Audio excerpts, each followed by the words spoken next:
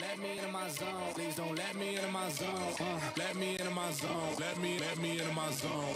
Let me into my zone. Please don't let me in. Yeah. Go and play that. Take you down, I'ma say that. Might need me a couple dollars. Telling you now this payback. So I take that. Ask them now what's sage at. I've been going to the top and I got what they now, so I know that they hate that. But I'm on now. All these lanes gonna zone out. And all these lanes gonna tell you what I did, and they twist and they worse till I fall out. But I know that, so I keep what I'm doing cause I own that. And I stay in the lab and I kill everything, but I don't ever move, I'm a Kodak. So gone, I'm gone, finally back in my home. I'm working like so much, they swear I had me a clone. Can't answer my phone now, just leave it there, that tone. Ballin', can't beat me up cause I'm back in my zone now. Cause I'm back in my zone now.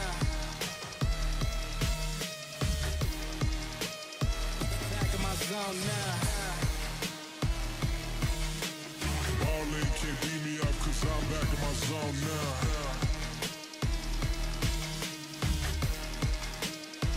Back in my zone now. Let me into my zone. Please don't let me into my zone. Let me into my zone. Let me into my zone. Let me into my zone. Please don't let me in. Please don't let me into my zone. I just need some time of my own. All these people trying to get a conversation. You can conversate to that tone. My God up on that throne, yeah. So I'm never alone, yeah. All these people trying to box me in. I'm Mayweather, it's on, yeah. Now they ask where I'm at. Making hits that Lambe. I'm MJ, I'm 2-3, man. I just need some time back. I'm zoned in like defense. My life gone, no recess. But I live my best one, so I got no regrets. So gone, I'm gone. Finally back in my home. I'm working like so much, they swear I had me a clone. Can't answer my phone now, just leave it there, that tone. Ballin', can't beat me up cause I'm back in my zone now. Cause I'm back in my zone now.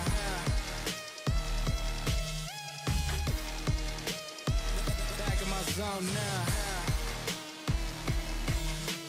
Ballin' can't beat me up cause I'm back in my zone now.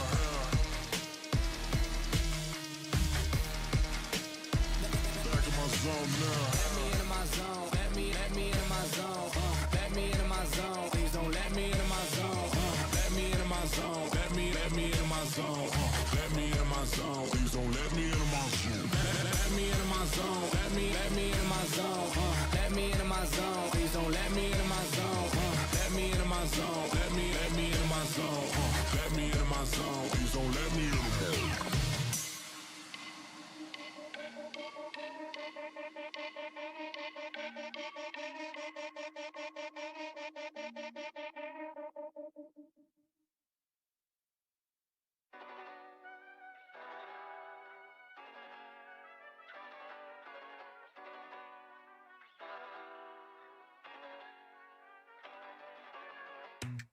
I think I let my guard down.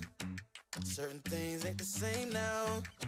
Hard to navigate these problems. I'm by myself, you're not around. I tried to open up, it wasn't good enough. Put in my all and got nothing back. Now I'm stuck in the rain, dealing with all this pain. Why you gotta do me like that? Don't say you love me, then go and leave me. It can't get ugly, trust and believe me. Say to myself, looks so deceiving. Trying to fight back, this far from easy. I see your hands. Delilah, don't you know my eyes see your hands. Delilah, don't you know my heart turned cold, lost control. Looking at this beautiful distraction. Fell in love with a fatal attraction. I really let my guard down, now relaxing. Why did I open up? She taking way too much. Put in my all and got nothing back. I'm feeling so ashamed, I fell into your game. Why you gotta do me like that? Don't say you love me, then go and leave me. It can't get ugly, trust and believe me. Say to myself, looks so deceiving. Trying to fight back, this far from easy. I see your hands. Delilah, don't you know my eyes see your hands. Delilah, don't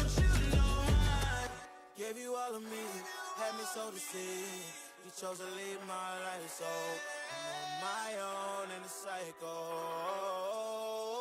I can't believe you say you love me, then go and leave me. It can get ugly, trust and believe me. Saying to myself, looks are deceiving. Trying to fight back, just far from easy. I see your hands, Delilah, don't you know my life? See your hands, Delilah, don't you know my, don't you know, Delilah.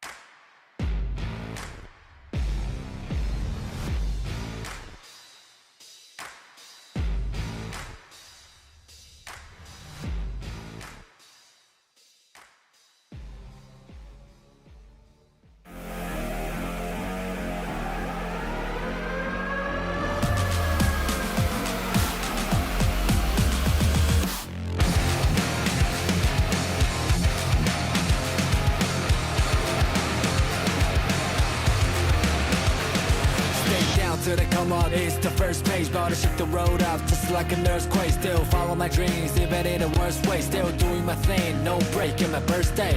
Take a long way home, had to lean on myself. Let's try to swallow me go. Jump so high, it's not about a cushion in the max, but all about power through the struggle and the test. Dirty air in my lungs, I can't even breathe. Praying to the sky, even almost getting sick. I am who I am, even talking from the street. If you want some beef, they'll turn me to the beast. Before getting caught up, I need to get caught out. Stuck in the cage, trying to find my way to broke out. Got a whole lot of pull now, I just need a boat out. One night on my shelf, so my tickets will be sold out. Used to be the kid, now I'm here the top. Hustle pay the price, so we don't stop. Racing time, fighting with the clock. I'm a runner, played out from the start. Even if I'm starting to lose face, keep my head out, still going on my way. Call my own shots until I'm breaking. Get a move on until I make it. Ready for the ride, ready for the fight. I said I move too quick, don't last, leave the highlight. No time, I got no time. Road to the hilltop, always so rugged, so tight. Gamble with my life, hard to be on my own. Trying to stay in line, so I leave it on my phone. You can find one of a kind person like me. Live it in a moment, had to set my mind free. Cause over fear, anytime's near. I'm to the tears, finally don't shed tears. Betting on me is the right way to stand now. Always pouring down the rain before the rainbow. Used to be the kid, now I'm here the top. Hustle pay the price, so we don't stop. Racing time, fighting with the clock. I'm a runner, played out from the start. Even if I'm starting to lose face, keep my head out, still going on my way. Call my own shots until I'm breaking. Get a move on until I make it. But I can't go back, and having regrets. Hitting all the stacks, and that is why we're here. We're one gonna last. Tell me what are you waiting? Take it over and this is my year. Can't tell me nothing, don't know why. I'm around for the long ride. Look up, kiss the sky, waste no time. I'll be brightest of my life. Used to be the king, now I'm here the top. Hustle pay the price, so we don't stop. Racing time, fighting with the clock. I'm a runner, played out from the start. Even if I'm starting to lose face, keep my head out, still going on my way. Call my own shots until I'm breaking. Get a move on until I make it. But I can't go back, and having regrets. Hitting all the stacks, and that is why we're here. We're one gonna last. Tell me what are you waiting? Take it over and this is my year.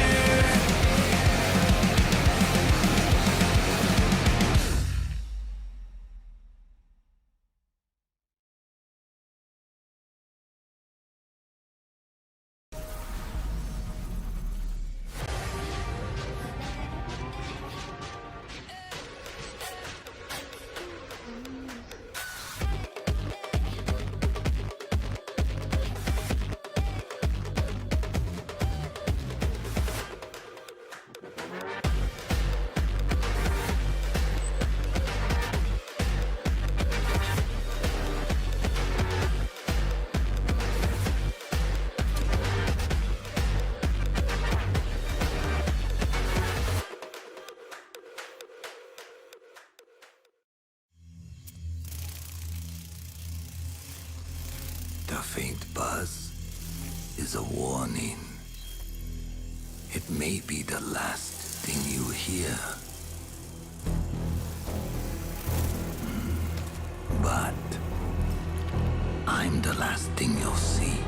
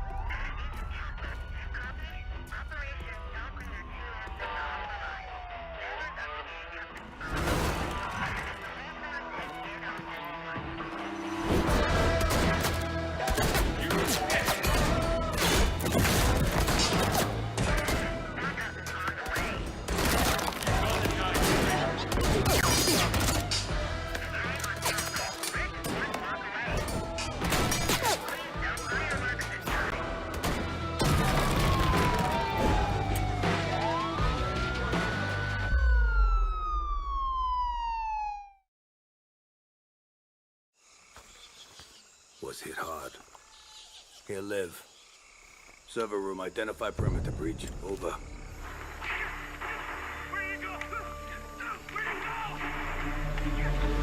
Withdraw your men. Say again, Grim. I'm going in.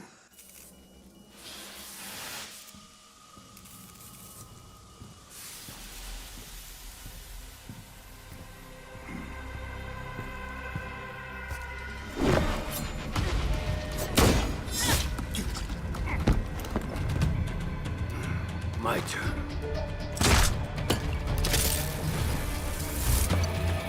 What's going on?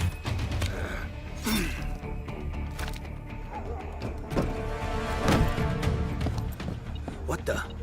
Impossible. Didn't think you spooked this easy. Micro recon drones. Cute.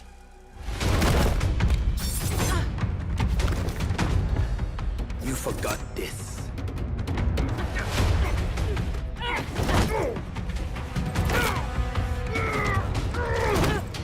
The data key on your jugular.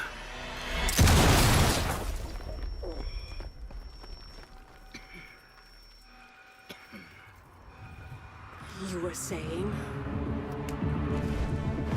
What was on that server? QCR shipment records. Question is, who wants eyes on it? And why?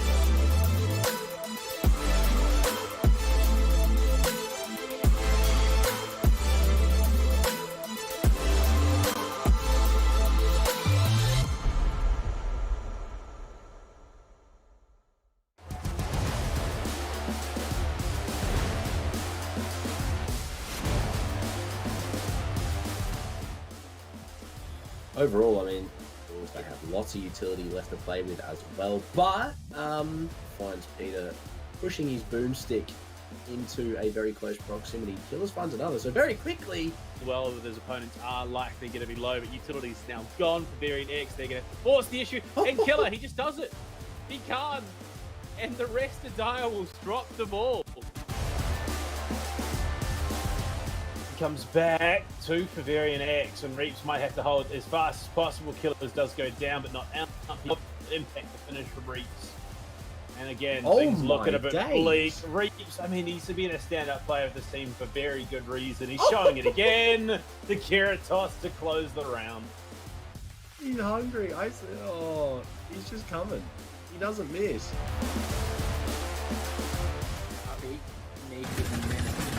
Oh, he sees my God! I nine. My God! What on earth was that? Oh my God! Hoban got so what? He's insane.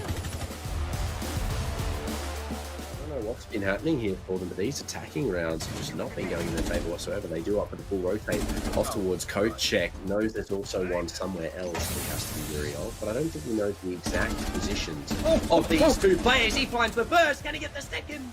Close on the wall. He switches out. He's got enough force to get the job done. It's the pistol fight. BCH wins it in a 1v3. Elevate. What? Arguably, they shouldn't have got away with it, but Variants, what are you doing? Why are you peeking this man? No bathroom, no nothing. So a little bit of a fumble there on that utility, but it's on a Gary from a distance. He finds what? Looking for more. Does drop the repel as well. He's going to collect a second Malik. Put to sleep. And now another walks in the test. He's not, but on a Gary. He's not having it. He finds three. It's all up to Peter, but at this point. Yeah, We are just superior at fragging, no questions about that. They are some of the best fraggers. Oh my Kill number 4. Just my unsurprising.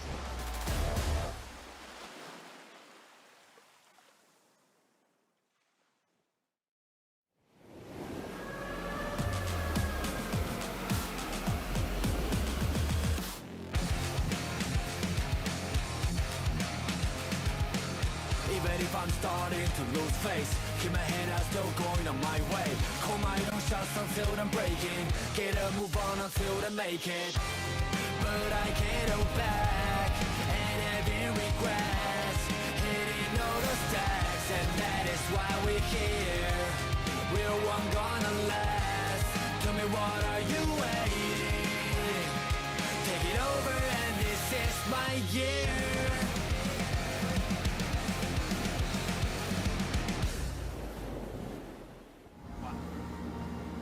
Hello and welcome back to another day of the Operation League, ladies and gentlemen. I'm Infinewalk, and with me today, it's not Black and Blue, Lan, Cthulhu, any of the usual suspects, Blue Panda, Proto. We have a special guest today, Jaeger. It's been so long, Jaeger, since you've not been here in the Operation League. I'm so excited to have you back. I've never casted with you either. Yeah, I mean, I've seen a bunch of your work, but yeah, we've never been side by side, so, you know, it's a good day, I suppose, a good opportunity, and very happy to be here as well. Indeed, and, you know, this is Playday number 12. We are coming to basically the end of the regular season. We don't have teams locked in, actually, still to the playoffs. Not all of them. You know, we still could have a little bit of changes coming in. So there's still a lot of excitement. You've obviously been able to watch this whole thing. So you come in with like a lot of information and just like a third-party observer kind of experience of everything. And I'm very excited to see, you know, your take on all these teams, because you have the familiarity with these teams from a while back. So you have like seen a big change rather than gradual incremental changes that, you know, the rest of us see week after week, for example. Yeah, that is absolutely true. I mean, like, I think it was 2 years ago that I got to cast these guys in actual tournaments, and so coming back to it and seeing how much the game has changed, how much these players have changed and developed, and the new players have jumped into the fray as well. Yeah, I'm super excited to see, you know, our first matchup for the day. I'm very excited just for that one, just to see all these guys just come back to it. And I know that I think last week they were talking about like these post-LAN debuffs being a problem for some of these teams, but they've had a week, or rather they've had a proper week to readjust. That's not an excuse anymore. Everyone should be back to tip-top shape, I reckon.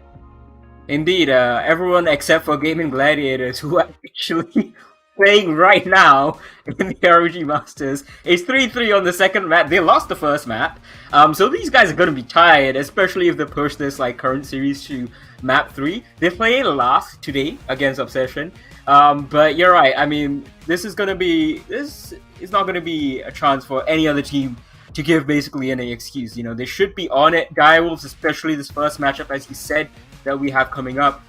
They have secured their spot at the Shangkuping Major, so, you know, they don't really have anything to worry about in terms of what happens in APAC South, unless, you know, they're really worried about seeding and stuff. But for an APAC team, at the end of the day, seeding is like, oh, you're facing the second best team in Brazil? Oh, how scary. How easy is that? Yeah, now. Yeah, that is fair enough. I mean, the last time, well, actually, before anything, you can take a quick look at the schedule that we have for tonight, because we do have 4 matches in total, and you can see we're starting things off with our current best team, Direwolf. Yeah, Direwolves right now are on a crazy run of form.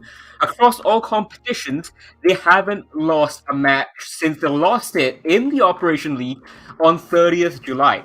So that's, I think, at this point, a 12 or 13 match win streak across all the competitions that they have participated in, which is just crazy for me to see. After that, you got Fury versus Varians. Fury are still in the fight for a spot at the Major. Then we have Champion versus Elevate. Elevate, they actually don't have much to play for at this point. Obviously, in APAC South, they're trying to get 4th place to ensure that they have SI points, but Jaeger, this might be like the only chance at glory in stage 3. It's seeming like for Elevate. So, you know, beating Champion might help with that. Then, of course, we're ending off with Gaming Gladiators versus Obsession. Gaming Gladiators obviously, he's mentioned they are playing right now. They are going to be quite tired, so I'm very, very curious to see how things play out for them. Yeah, I mean, actually, I am excited for the GG game later on, just because, yeah, you're right, they should be tired after a good long day of some ROG. You were casting that with Black and Blue, weren't you? Yeah, for the group stages, yeah. There you go. And so, yeah, I think it's going to be interesting, because the last time, I think the matchup, it was Gaming Gladiators versus Obsession, and Gaming Gladiators, they won, like 7-1. It was a dominating performance, but, well, talk about these guys. Is Astrays Sports versus Direwolf, and last time this particular matchup happened, it was a win for Direwolf 7-2, so it wasn't exactly easy for Astrays here. Yeah, it is going to be one heck of a one-sided matchup, because Astrays before like a couple of weeks ago had not won a single game in the entirety of 2022. They've only won one game now. They somehow managed to smash Varians 7-2, like last week. Exactly last week, actually 1 week to the day now. But it's funny because they are going up against Direwolves, who we mentioned are on this incredible win streak. So Astrays probably not going to have a good time. Now, what is going to be, I think, a little bit lucky for them, for people like Keith and Pig G to exploit, because these guys are obviously the closest. Them and God is Shiny, of course. These three are the forefront of the attackers, and they might have a slightly easier time today because Direwolves are not going to have Reaps playing for them, I believe, because Reaps has to go back to China first, then he has to quarantine, and then after that 2-week quarantine, he has to apply for the visa for the Sweden Major, which is why I'm not sure whether this is correct. We'll see. Because the information I got from Direwolf's coach, Odin, was that Reaps is off. He's like back to China because you have to get that quarantine out of the way as soon as possible, and then you can apply for the visa. So we'll see what happens, because if Reaps is in the server, then Jaeger, I don't think this is turning out well for Astrays. I can see it being a bit of a problem for Astrays. I mean, look at that KD; it's disgusting. Yeah. Right now, they're 100%. On every map that they seem to jump into. And, I mean, also it depends on the map pick coming up, right? Because Astrays, they've got the one win, and what map was that on? That was on Oregon. And so if they can jump into Oregon again, maybe there's something, the stars may align, and the one team to beat Direwolves may be Astrays. I think that'd be an incredible storyline for today. That would be the craziest and most improbable, and yet the most probable thing to happen, because it's APAC. You always have to have something bonkers happen, and especially here in Southeast Asia, right? Like Astrays, they have played here, they played in the ROG Masters. They just never looked like they were able to secure points. They secured a point this stage, they secured a win this stage, and they have been building upon their work, and last week as well, I believe I was talking about the game against Obsession, I'm not sure, or Champion, and I was saying, look, they've improved their execution, but they've gone backwards in terms of strategy. But you're right, Sir Jaeger, because we're going back to Oregon, and this might be like a good hunting ground for them. Yeah, I mean, honestly, at this point, I just want to see it happen. I suppose it's not as satisfying if you don't have Reap there. Yeah, that's a big minus for your team. But either way, a win is a win for Astrays at this point, and doing it against Direwolf, I think they can take that home. They can be proud of themselves, just happy for today. You know what? We took a win off of Direwolf. Did anyone else do that? I don't think so. So yeah, they can at least pat themselves on the back, and it does give them a little bit to look forward to as well as they move forward in this competition. Yeah, I'm actually, hoping for Astrays, because at this point, right, it's like, yeah, you want to hope for a Direwolves win is not really fun, but I have predicted, Direwolves to win, as has everyone else.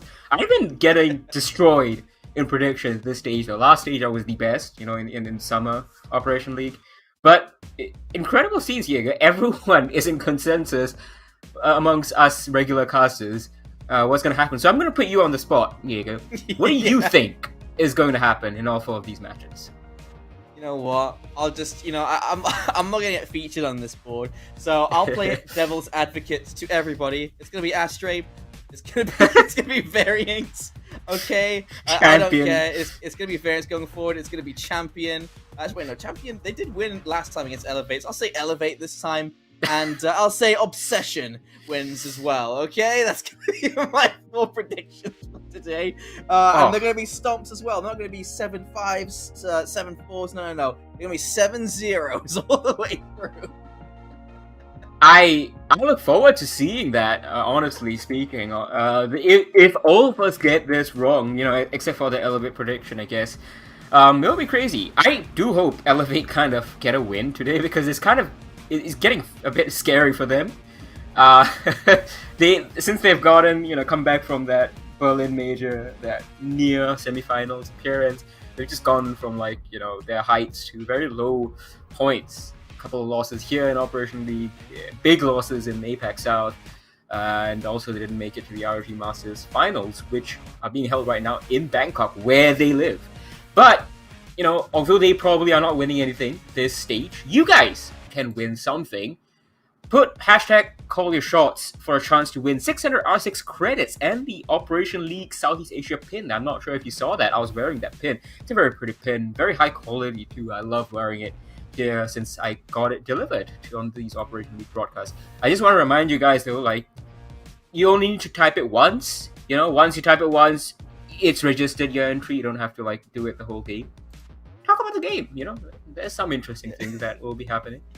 Yeah, I saw the every time I've been watching the stream, it's just the whole chat. Hashtag call your shots. Yeah. Call your shots. At least they're getting involved, right? It's at least you guys are saying something.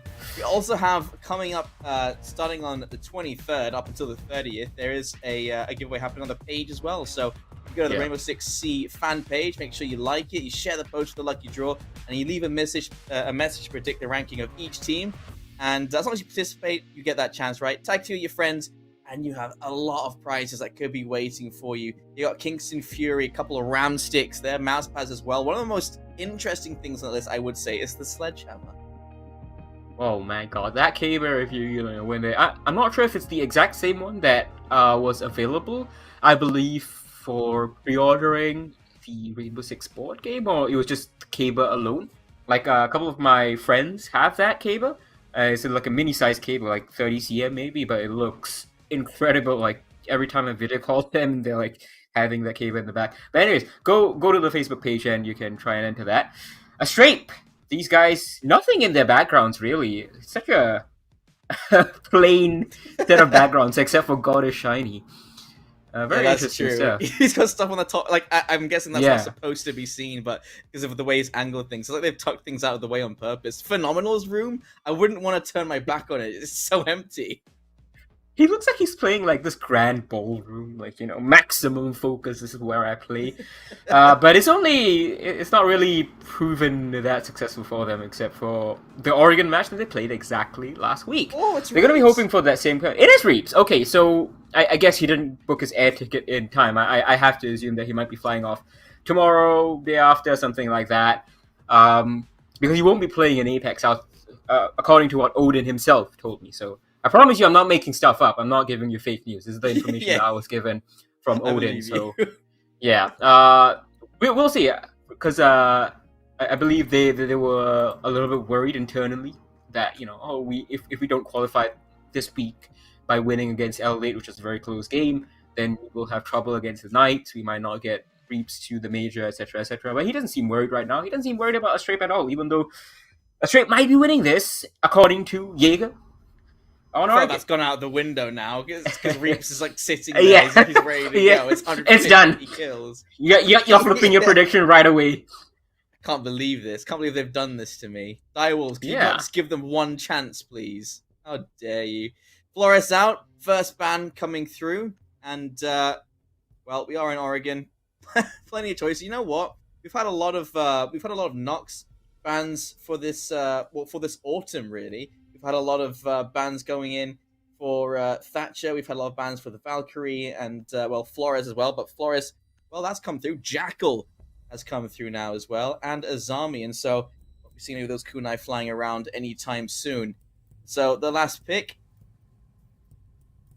Well, I have to assume there's going to be something like a Valkyrie or a Mirror. We might see Direwolves try and abuse that, try and take away a crutch that lower tier teams like Astray might be pushing for. I'm not too sure how that'll work out, but it's going to be a standard Kaid ban. Okay, so they want to get like into the basement a little bit easier. I don't want to deal with that, even if they don't like bring a Thatcher, for example.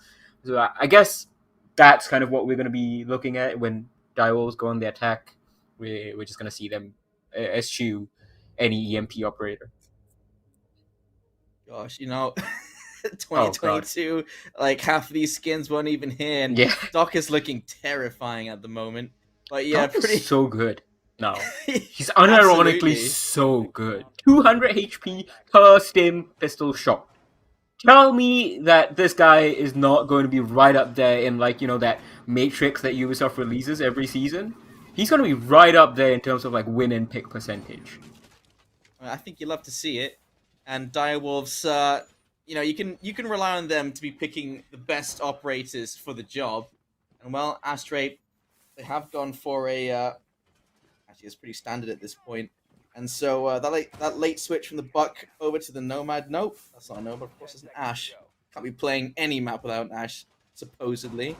And so here they are, set up, ready to go, and drones out for some information. Well, Straight gonna need lots more than information if they have Soufflé, who has been on a tear. Like on Thursday, he was essentially the reason why Direwolves won that match against Elevate, why they secured their place at the Stronghold Big Major right there and then. If not, they would have needed at least 1 point against Knights next week. But now they can relax, and Soufflé can, take a little bit of a breather this match. Where is he, actually? I don't see him on site. Has he dropped down into garage somewhere? He comes down somehow. Okay, very early on. Yeah, I did see Soufflé hanging around bedroom for a minute for the Masters, but he just disappeared. You're absolutely right. And still getting that information. He is back up to full hair. There we go. This is what we're going to see. Information game, as you said, is going to be a little bit important. Oh, there we go. Info going strong for God is Shiny. He gets the first pick onto Jackie Wu. Immediately traded off by Pecan, though. He expected the pick. Keith comes down the stairs, actually, thinking that there might be a defender flanking him, more looking like a defender himself. But Astrape actually in the lead over here as they are getting the wall open with half the round left and mankind advantage in their favor. That's interesting, considering I do have that little bit of an advantage so far in this tournament.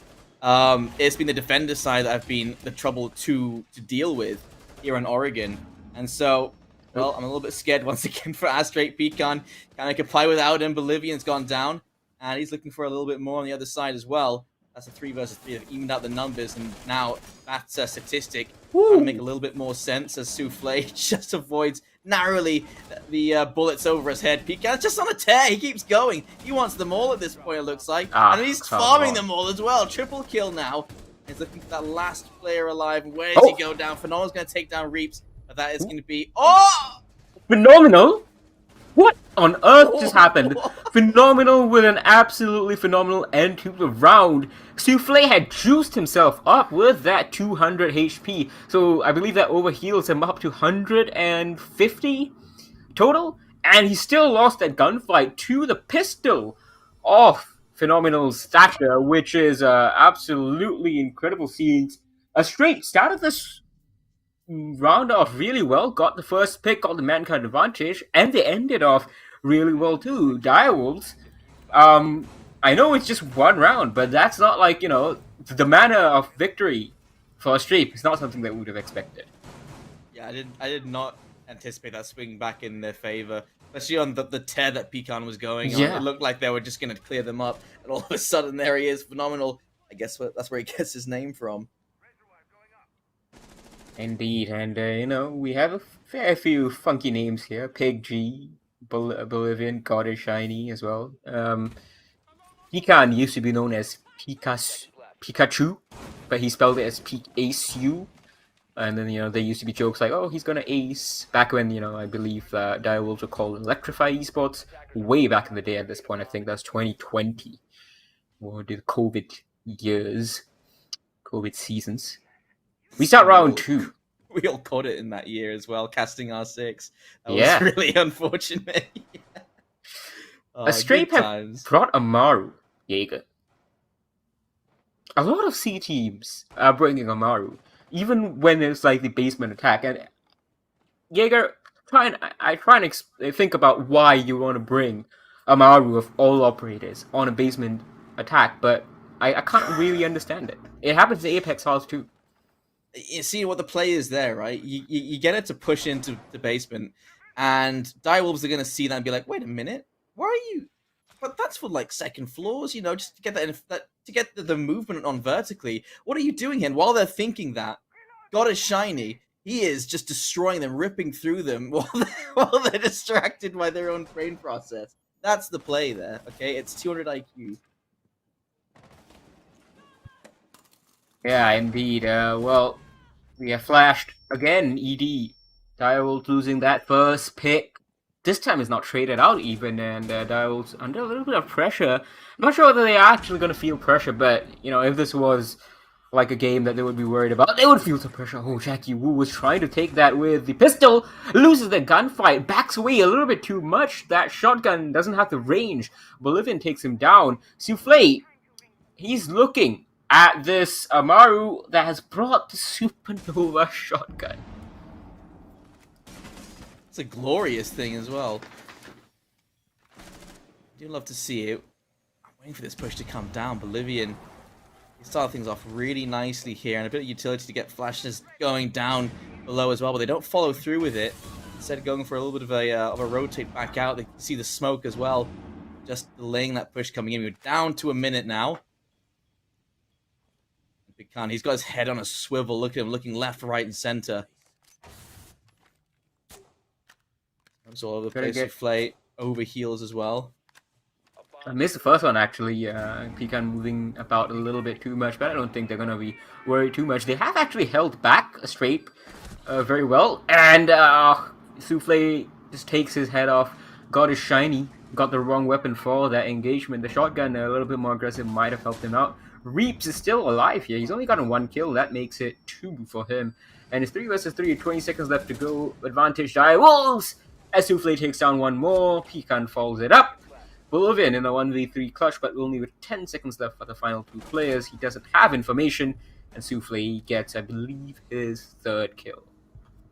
Yeah, I think at that point you're asking a little bit too much of him if you're expecting him to pull out a phenomenal there. So, well played, good defense. I mean, I think the basement is probably one of the easiest sites to hold on to, honestly. And also that pick, the picks coming in from Astray on that last round, not really, I think, what you expect. God is shiny. You're gonna pull one of those Marios out again, are you? Mario, yep, there it is. There it goes. Sophia's out as well to Kaibi and Iana.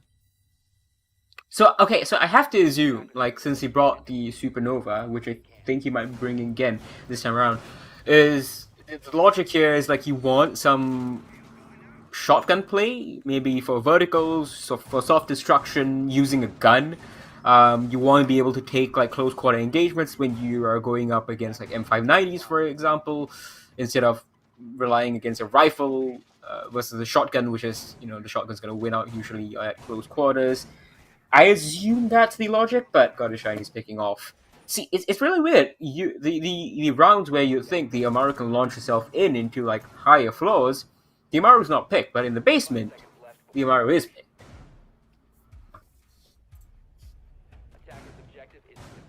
I reckon, yeah, taking the Nova down, and I think it makes sense in the basement. Because it's nothing but tight angles. Yeah, you got a couple of long angles that you have to worry about on your way in, but tight around the corner, if you're going fast enough and you're making enough chaos, especially you see those flashes that were coming in as well as they were making their way in, there's definitely opportunities to take advantage. Souffle this time around. Yeah. First pick goes to Dial this time around. First in 3 rounds. Souffle is on 4-1, and he seems to have picked up right where he left off on Thursday. Yeah, Souffle and Pecan as well. I think they've both started with they've hit the ground running so far. And Astray, you know, I would say they did start these last 2 rounds getting that advantage, getting things going first, but they've just not been able to hold on to that advantage. We can see no trades happening Especially not enough here at the moment. Jackie Wu taking down God is Shiny, and just nothing to show back in response for it from Astray. Jackie, he's having fine. He's fine here in bunk beds. He's just doing his thing. Reeps as well. He's getting pinched by 2 people, but he's going to take 1 down. The pinch is very poorly executed. It is... Oh my goodness! Bolivian gets destroyed! Reeps is showing exactly what he wants to do next month in Shonkoping, and people are flying out of the window! Reeps' SMG-11 control is out of this world! Direwolves are sending 3 players out in chase of PigG, the last member here. This is like a rank game. PigG gets 1. Jackie Wu off the board. Can he get another? He knows that there are people pushing him. Doesn't look up. Knows he's there, but he has to look everywhere. Direwolves take a second round here and absolutely showcase why they are a team headed for the major. My goodness. The way that Reeves pre-fires around those corners is just his game sense, his game knowledge, and I'm guessing the information he's getting from his teammates as well. All of it just aligns so nicely for him. And here we see Knock coming out for the first time here for Astray. Has been banned the most in this tournament, and well, hopefully we'll see exactly why. Otherwise, it's gonna be an outlier. It's gonna be not going in and people being like, wait, why do people ban him? He's getting destroyed like this by the Direwolves. Hopefully that's not going to be the storyline going into the 4th round here. I mean, yeah, when you have Souffle on form, Reeps on form, Pecan apparently on form too, you know. Nothing against Pecan, it's just like, you know, Reeps is like the man that you look at, and followed by Jackie Wu, followed by... Pecan's usually like one of the last people that you expect to frag out, like alongside ED. But he is having a really good time right now, and aside from that opening pick that God is Shiny got in the very first round, which was traded immediately after, he hasn't had any impact whatsoever. Like, the main thing in that previous round was that poorly timed pinch on Reeps. Like, they were trying to pinch him from the hallway as well as from the kitchen, and then it ended up just giving Reeps 2 1v1s. The second one was like, okay, that's not really even something that you can fight too well, but still, it should have been executed far better than it actually was. God is Shiny and Ed look like they're about to come into conflict any moment now. They're very, very close to each other. And yeah, this is one of the changes I wanted to talk about. Phenomenal on the Ossa. Going to be that's one of the biggest changes so far I've had. Reeps, he's going to start things off this time. He is the first to get a kill. Keith, he sprays down. Okay, there's Ossa. I don't even want to talk about Ossa anymore. Why was he standing?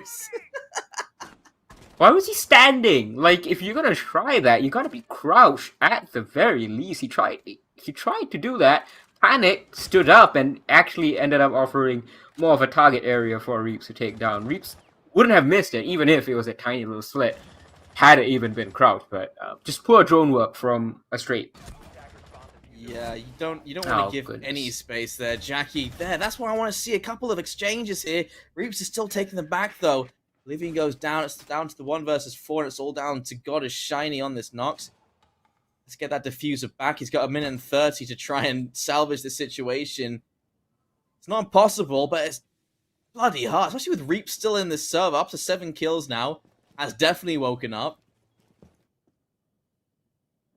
He got just AFK alongside ED. Oh my god, are they actually trying this? Oh my god, is ED gonna try and pretend to be... Oh, he actually gets 1. God is Shiny. He's gonna get a second. Oh, he actually does onto Pecan. Deagles him to death, but it was just not... It's not gonna work out with against 5 Direwolves members. Just a room of chaos, that classroom. I feel like the kills, they come closest when the pistols come out for Astray. But this time around, I think the damage is already done by Direwolves early on, just kill by kill.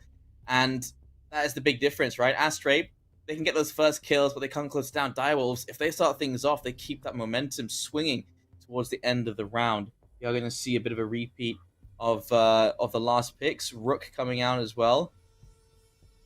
Defenders, protect your bombs from being defused. A little bit of extra armor to work with. No need for that dot coming out.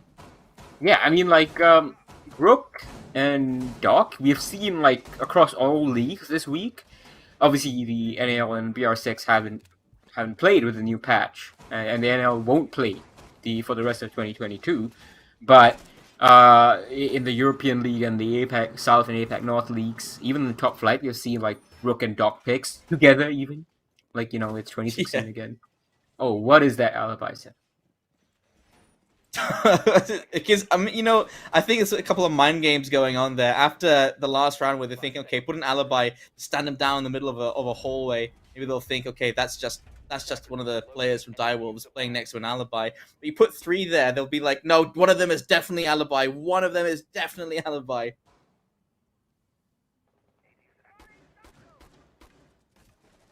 That'd be an absolute pain. There you go. Oh Reeves my goodness! With a double kill to start things off.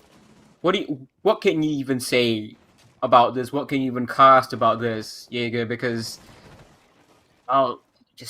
Reeps is playing this like it is ranked, and honestly, for Astray, it feels like it at this point. The gulf in quality is that big. Yeah, it's like it honestly does feel like Reeps is smurfing at this point, doesn't it? You watch the way he plays, he just looks like he's so turned on to everything going on around him. Phenomenal player. So, well, it's left to the last 3. Bolivian, Pig G, and Keith try and salvage this situation. And they've not got anywhere near either of the bombs so far. That diffuser hasn't gone down once. Well, Bolivian does answer back in this round. And that's the first kill for Astray, that's not been an exit frag in, 2 rounds. Yeah. There's been 2 1v5s at the end in the past 2 rounds for this matchup. So Bolivian trying to prevent it from being a 1v5 at least, and he does that. Will it be a 1v4 though? 1 minute 30 left in this. Is Souffle just gonna troll by impacting you, Jaeger?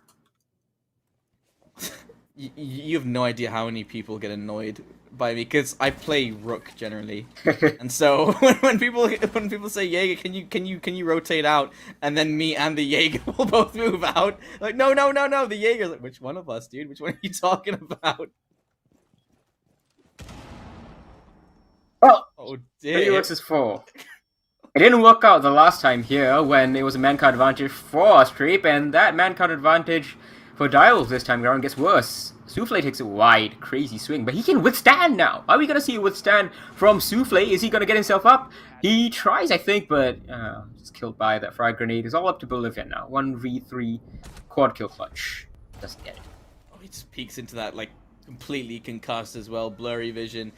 There's no way he was going to land that shot. Nice attempt, though, but look at that. Well played. Nice, clean shots. We're on to round number 6, and so far, Astray, I will say they've been consistent, and doesn't look like my predictions are turning out quite like they will, but I believe in the comeback. Well, let's pull up the history from last week over here, right? So, Astray started off on the attack last time out. They went 4-2 up. That's clearly not happening this time around. They went 3-0 on the defense back then, so maybe we'll see a little bit of a recovery on the defense today. But yeah, I doubt that Astray even get a second round of Direwolves. Did you see Reeps there? Yeah, what did you do?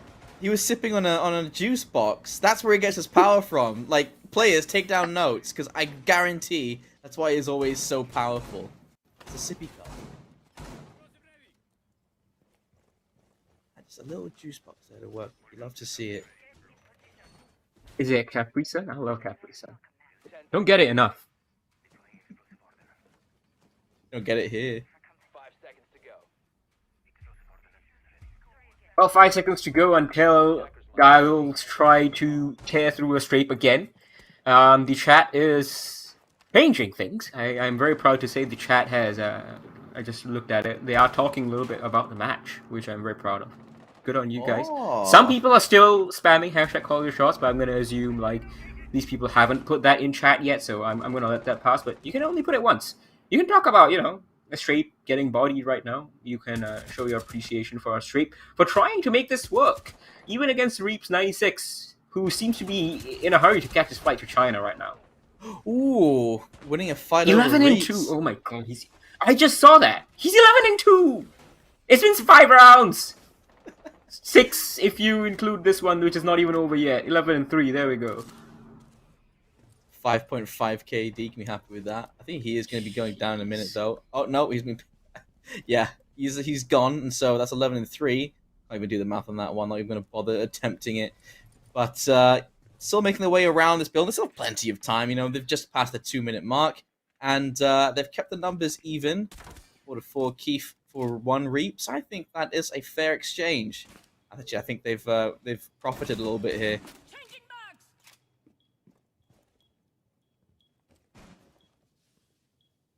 Oh, 4 was his fault. Yeah. Giga 4 was his fault. A strip on the attack with the glass. Smoke's going out. There's Ying. What's gonna happen? Rooney's going to back out with it first. No, not without getting a kill first. And that is the diffuser down. And a Nitro as well to get a kill. Ed is finally going to get taken down in response. But there's Jackie Wu. It's just going to be exchanges at this point. Pig G, what more can you do? Just lit all the way down. 2 kills, 5 deaths, an assist, and not a lot of opportunities to do much else. Little head does present itself, and that is going to put things a little bit closer to even. 1 versus 2. 1v3. 1v3. I'm going to try. Let's go. Souffle with the revolver against Pig G with the DMR. Souffle's going for the 360s. Come on, Souffle. Oh! He nails it. 360. And he takes the head off. Well, not quite, but double 360. Pig G goes down like a sack of potatoes. The flames are spread out all over the place in the middle of it. It's like trying to make it as cinematic as possible. So up to Kids Dorm and Main Hall with this bomb placement. Are we gonna see once again an attempt to go through those windows? No. Okay, and so Amaru, not the choice this time. Got a Twitch, sorry, and a Glaz, and a Nox as well. So they can take full advantage of the fact that a lot of these really useful operators have not been banned out. Dire Wolves they're fine with this.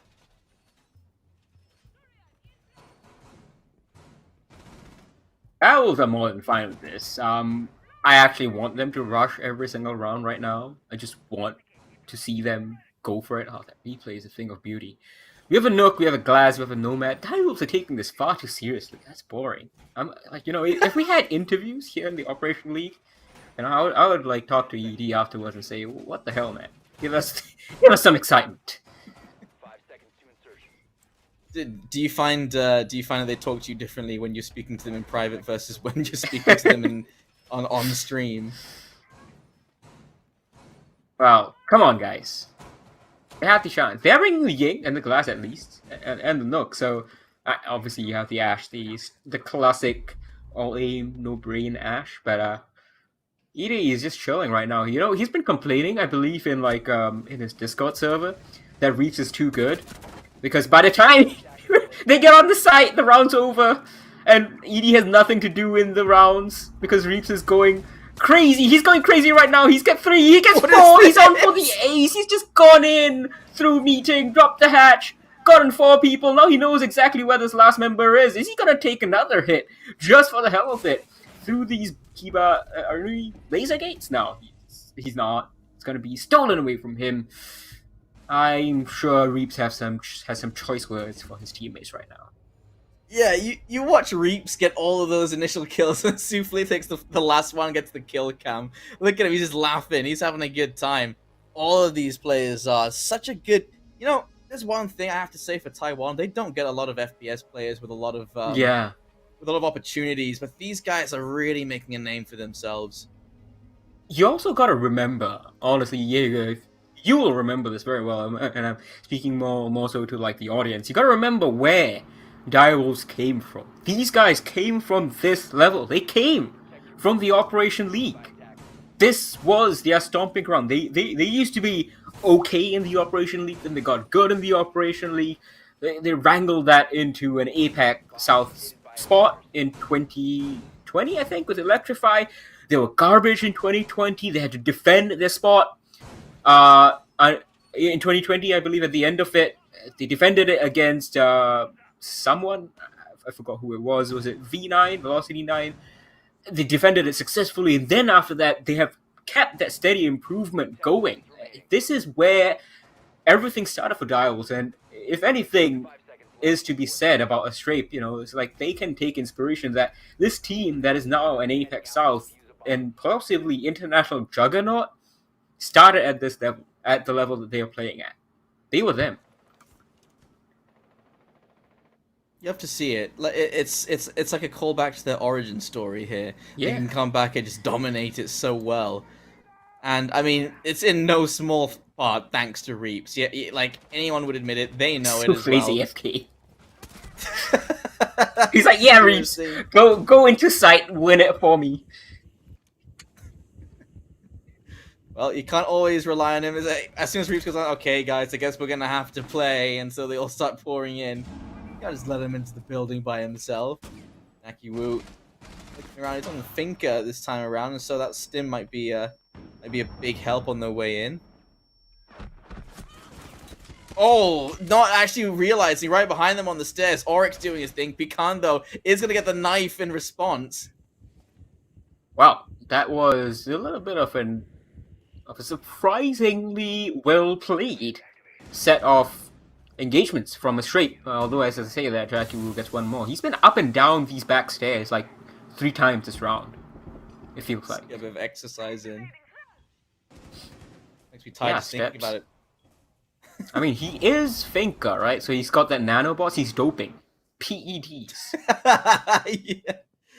The reason why Finca is so buff, so powerful. Oh, Keith!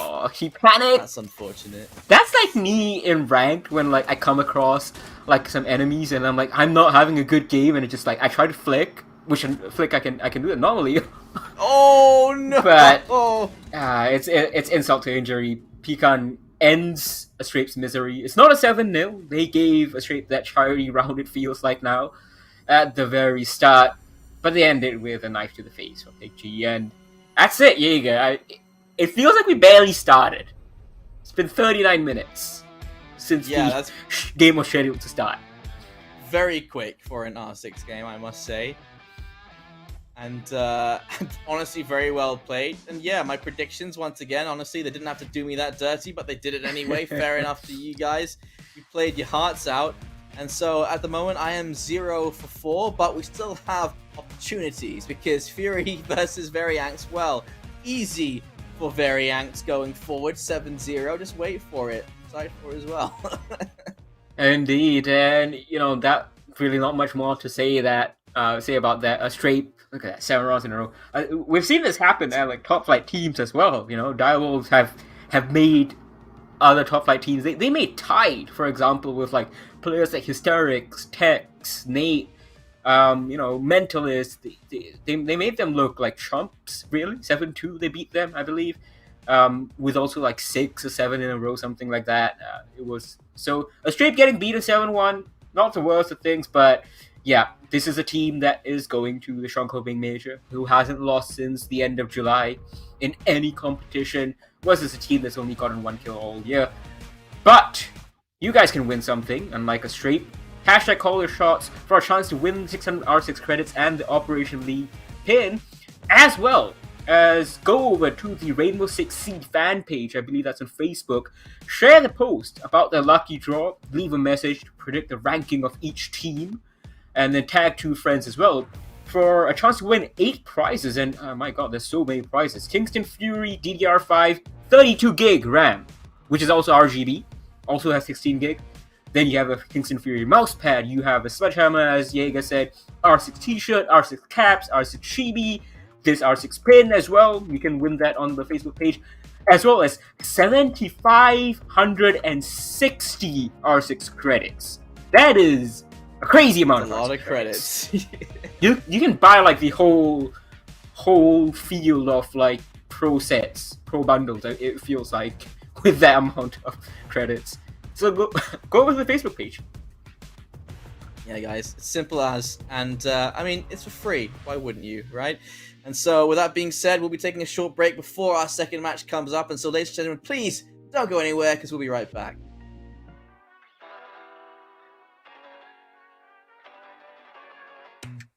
I think I let my guard down. Certain things ain't the same now. Hard to navigate these problems. I'm by myself, you're not around. I tried to open up, it wasn't good enough. Put in my all and got nothing back. Now I'm stuck in the rain, dealing with all this pain.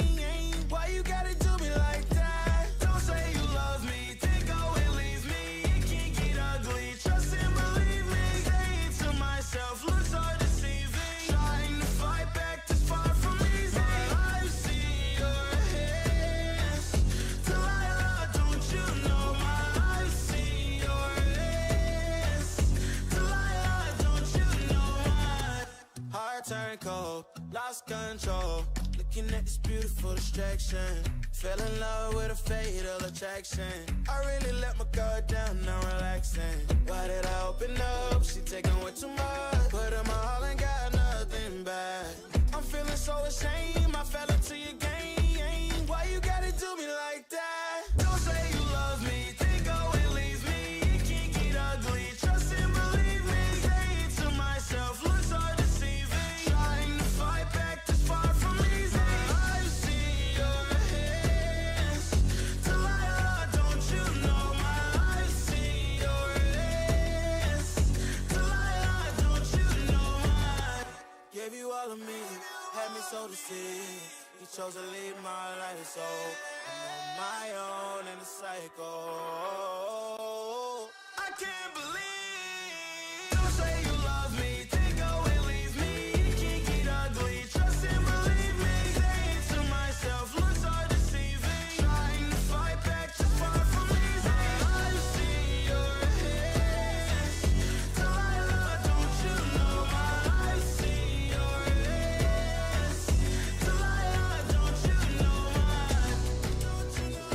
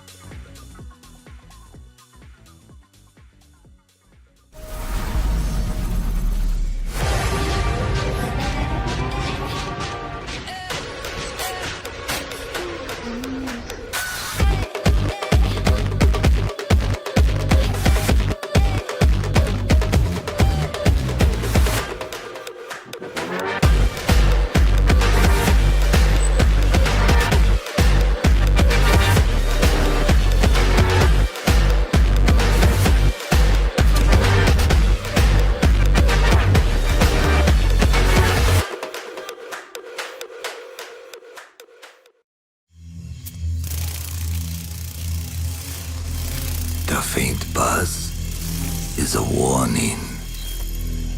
It may be the last thing you hear. But I'm the last thing you'll see.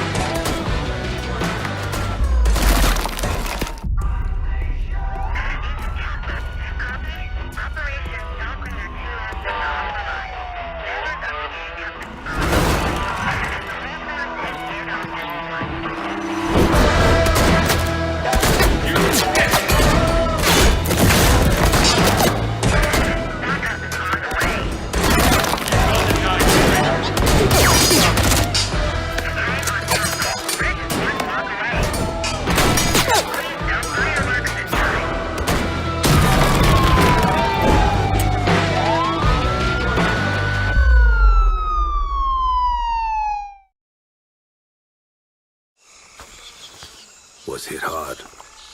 He'll live. Server room, identify perimeter breach. Over.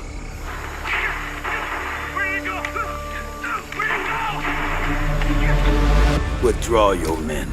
Say again, Grim. I'm going in.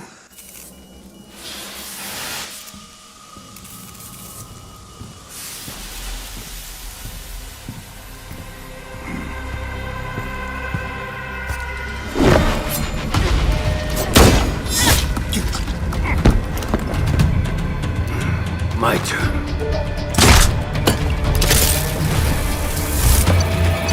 What's going on?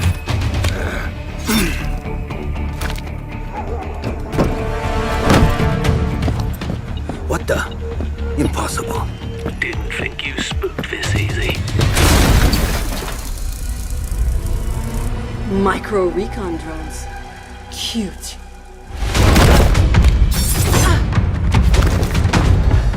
You forgot this.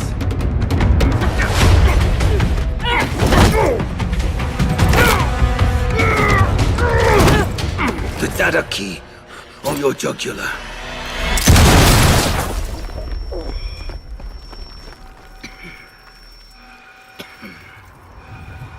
You were saying? What was on that server? QCR shipment records. Question is, who wants eyes on it? And why?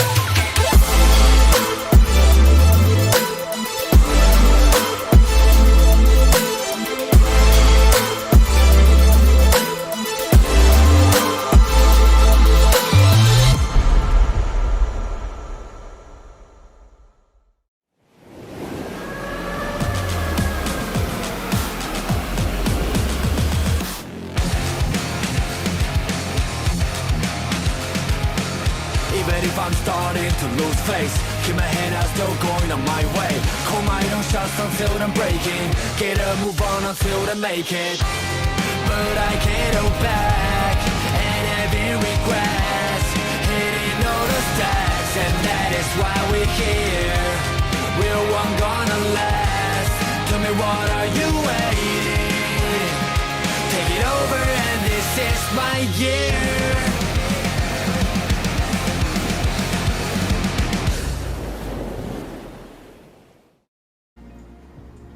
Welcome back, ladies and gentlemen, to Playday number 12 of the Operation League C.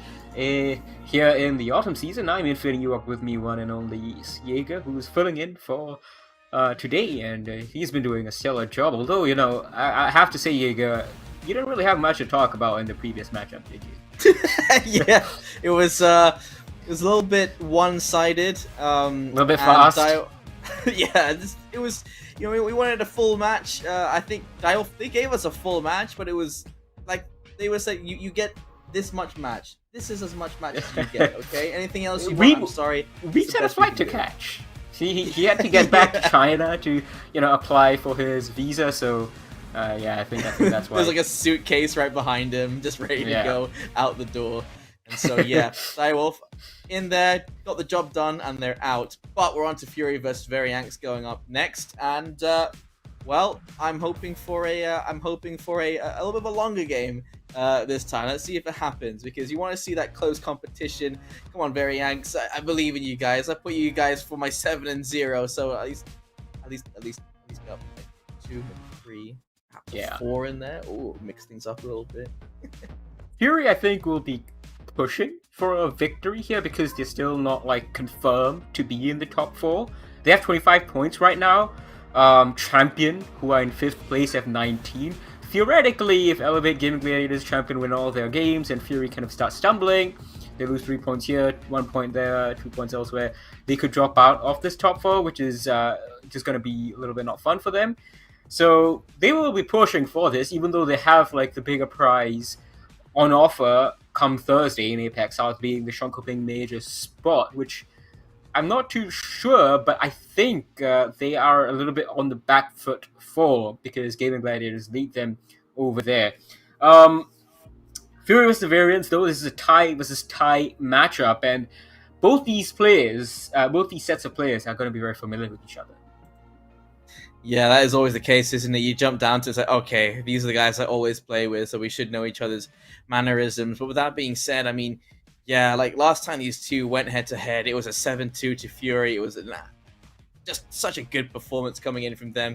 You can see the stats talk for themselves as well, as BG Man and I9, 97-95 apiece are the ones you can rely on to get the damage done. Like this as well. He's been coming up just short of the 90 kills, but he is up there with his teammates, and I'd say he has, well, he does. He's got the best death ratio, to be fair, the rest of his teammates. So, you know, he's found a good balance, I'd say. And for the guys over in Variants, yeah, it's a bit of a mixed bag.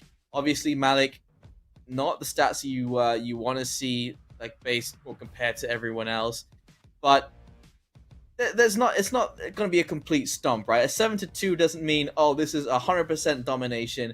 It just means there's a little bit of a sit back, a little bit of a, okay, just a couple of changes here and there. We could turn that 7-2 into a 2-7. You know, it's all about that mentality, isn't it? At the end of the day. Yeah, absolutely. Hopefully, Varians give us a fight. Last week they were crushed somehow on Oregon by Astrays, who we just saw get crushed by Direwolves on Oregon. So it's like a back and forth thing. I guess Variants a little bit inconsistent.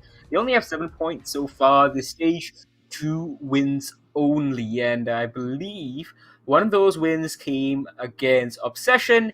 The other one came in the reverse fixture against Astrays. So it's like it's not looking good for Variants. Obviously, they have the players. Zist, Malik, Peter, especially last week was pretty good.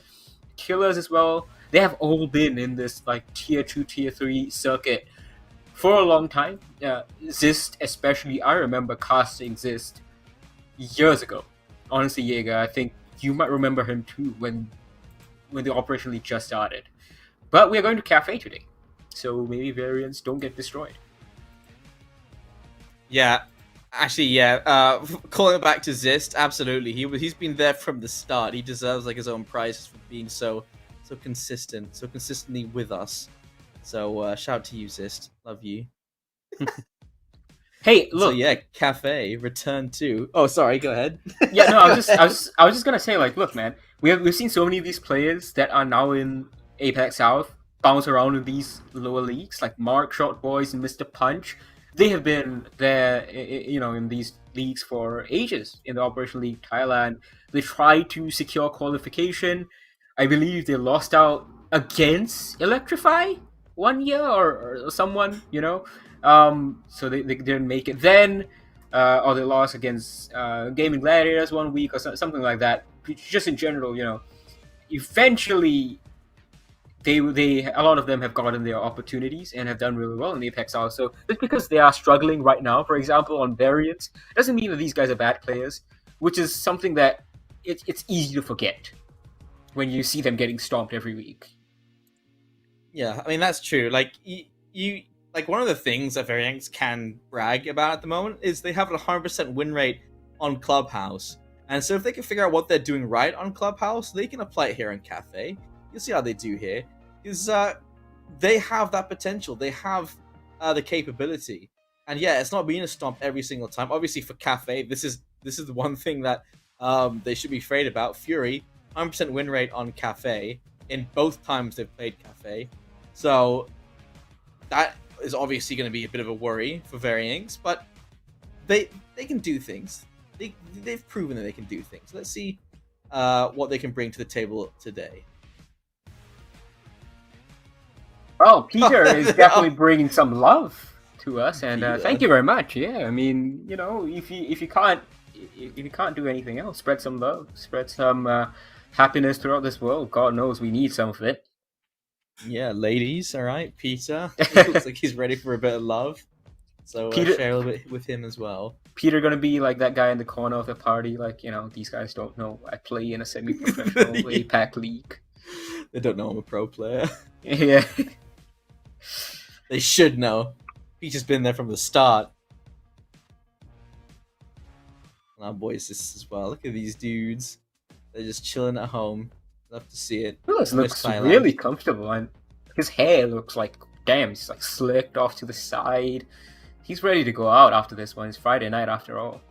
Yeah, you can see his clothes laid out behind him. Yeah, that's right. Out for tonight. He's ready. He's ready. He's ready for a night out on the town. Maybe he'll go meet up with go drinking with the Fury boys. Like, hey, what's up? Oh yeah, I mean potentially. Like, yeah, they are in the same country. You beat me earlier. I'm gonna outdrink you. Okay. We're kind of losing everything, but we'll see. We'll see. The loser has to do shots. See, that's gonna be like the thing. The loser of this match will meet up later in the Bangkok city center or something, and they have to do shots. It has to be the round difference as well. I was like, okay, if it's a 7-3, yes. you have to take 4. Every death, you take a shot. Yeah. Oh dear, that's a terrifying aspect. You want to get things over as quickly as possible. 7 deaths only, right? 7 shots, get it out of the way. Yeah. I'm sorry, I've got a bad tolerance, so I'm just gonna let you guys take this one. Yeah. Starts off with a nomad ban. Yeah. Yeah. I think it's gonna be annoying. Air jabs all over the place. You're trying to walk around, you're getting pushed over. Understandable. Have a nice day.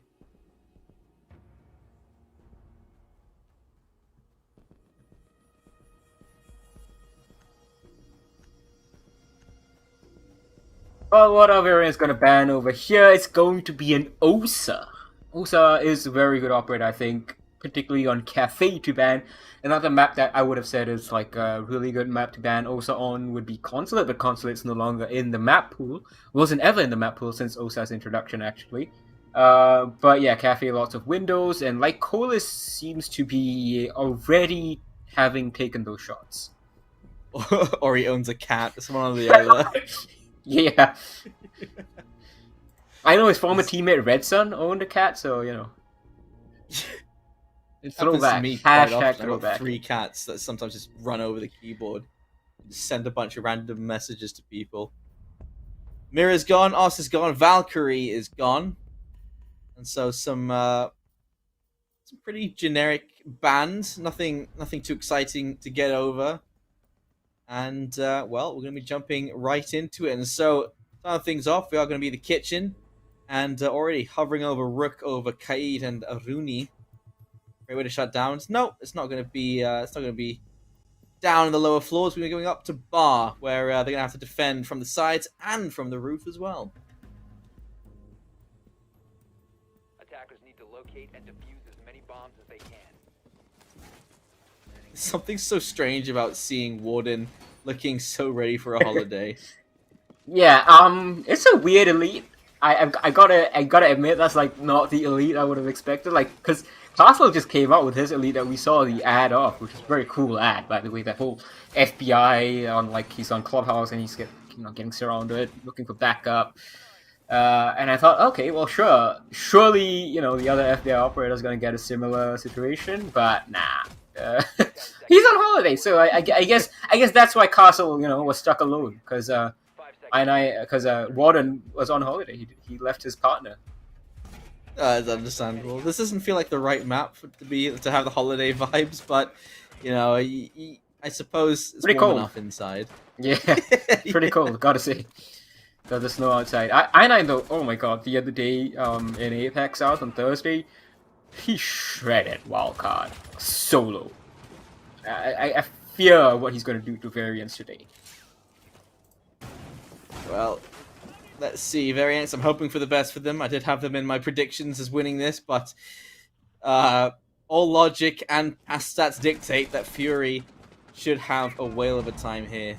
Let's see how they go, as Fury has taken... Sorry, I9 has taken a decent amount of damage, but look at the response there. Killers and Malik and Zist have all taken a bit of a battering to start things off. Yeah, indeed. Killer's, trying to get some information here. Gonna get his replicator jammed by that mute jammer. Peter is on the first floor. He might be coming into contact with this white stairs player. I'm not sure who it is exactly, but it's not gonna end up well for Peter, I believe, because I think I see a shotgun. So it might be like Colas. Are you seeing it? Oh, well, we'll see. Yeah, I think there was. No. Was it? Okay. I think I was like, it's on the floor. Oh no, that's Suppressor. And Peter walks right by him. He's gonna go up all the way up white stairs, gets caught out, and that's a team kill in there. Like Colas killed for being weak, apparently. What was the 3? Ziz swings in. Yeah, nice little angle here. He's gonna try and get the Aruni, but the DMR's too good for Dark, and it's all up to Strike now on the roof with the diffuser. What you gonna do, Strike? You got no more of your drones to send in. You got 3 targets, and some of them are damaged. Doesn't matter. BG Man gonna shut down our last remaining player from Variants, and we are gonna get our first round on the board for Fury. Well, this is no surprise. Fury on the defense. Fury are the superior team. It's just exactly what he expected. Yeah, Cafe. I mean, you got much higher chance of winning a round, it seems, if you're on that defending side. And it just looked like a bit of a strangely coordinated attack towards that top floor, having a couple of players on the roof and everyone else going up white stairs and just getting mowed down on the way up. It just didn't look as coordinated as it should, and I think Fury took full advantage of that.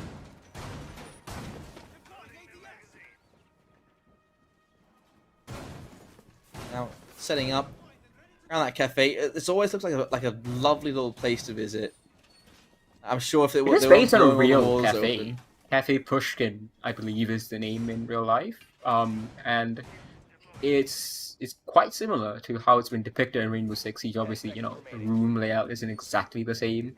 There isn't like this like a random kitchen that's able that anyone can walk into, for example, stuff like that. I think there's a library as well on like the 3rd floor. Yeah, there's a library. I googled it. It looks gorgeous. Yeah, it does look fantastic. Great. And I believe actually Consulate was also kind of based on the Iranian hostage crisis that the SAS dealt with in real life.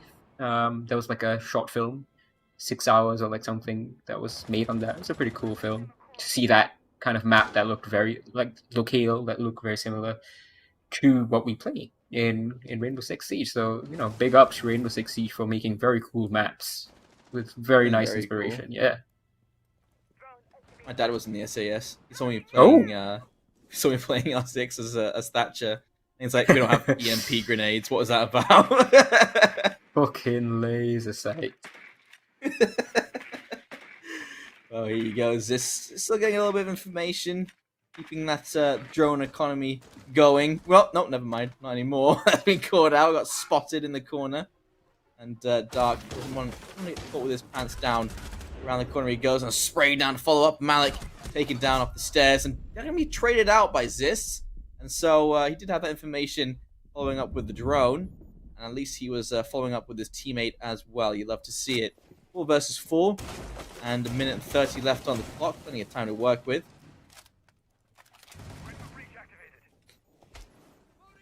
What was this for? Half the round left to go. Fury definitely in the driver's seat because they still have this power position inside of Christmas Tree. Lycolis is playing this, and he's, just gonna hold on to it. I do believe he has some support with the ADSs, though I can't quite see them right now. He has support directly from BG Man as well. BG Man, he's got to watch so many angles here, but it's no problem. He is still finding those kills. Zist doesn't get taken down. Just bouncing his way around that kitchen as mate. A little overheal, keeping himself alive, very important. 3 versus 4. And the time is slowly running out. Like Collis, he is making it very difficult to get in here, but will be the kill for killers first as Strike gets taken down. That's a good drop. BG Man's going to find Strike as well. And there it is, down to the 3 versus 1 with so little time remaining. I think you're asking a little bit too much here from Peter.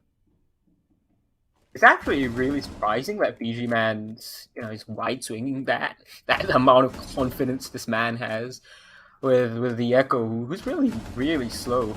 But this has actually been a really slow, set of operators. There's no 3-speed, I believe. I think Warden might be 3-speed, I'm not too sure. But, you have 2 1-speeds, and one of the 2-speeds, I believe. I9 closes things out, just playing with his food a little bit. Fury take a second round win with what a hip fire headshot. That's a ridiculous shot. Yeah, you'd be annoyed by that. Very anxious. You can see them not smiling as much as you'd hope, but you can definitely see BG Man.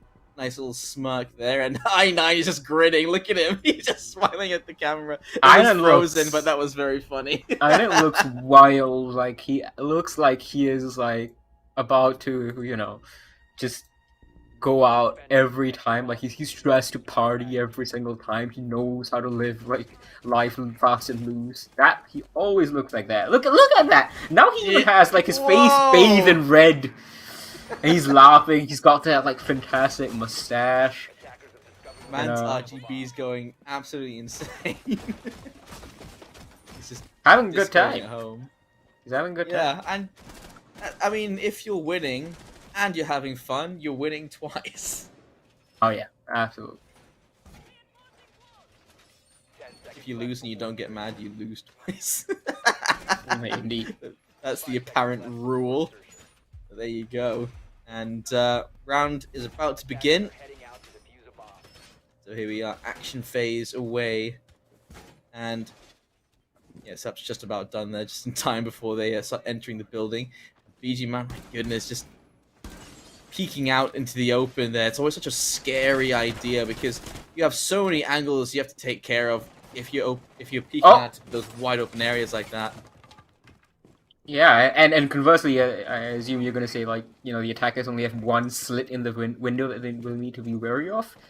But Hydramate gets away with no damage done, and he's still trying to contest this. He will probably net a kill or 2, I believe.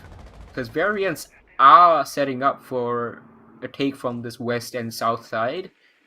He's going to stay here in Piano, even if they start dropping down Red Hatch. It's going to be really hard to deal with, being that dock.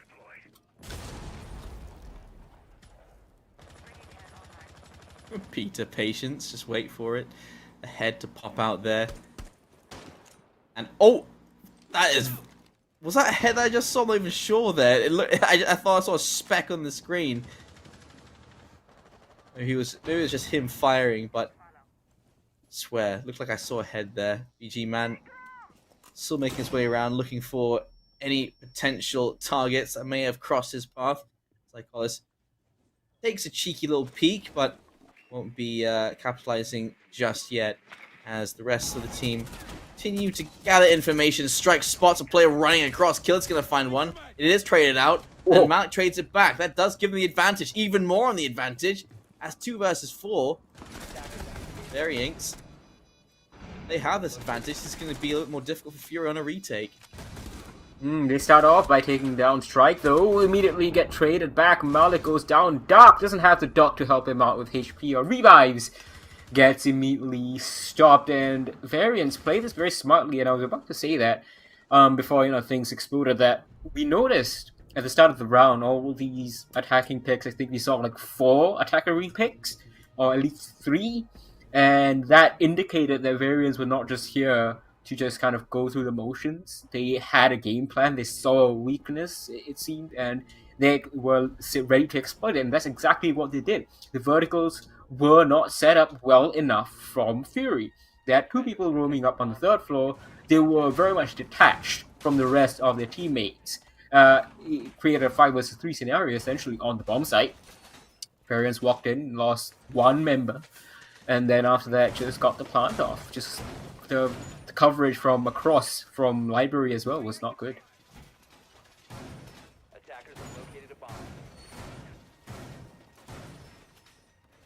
I can see that being the case. I mean, just the way it was impossible to retake in. You can see that they were all just forced into one angle on the way back as well.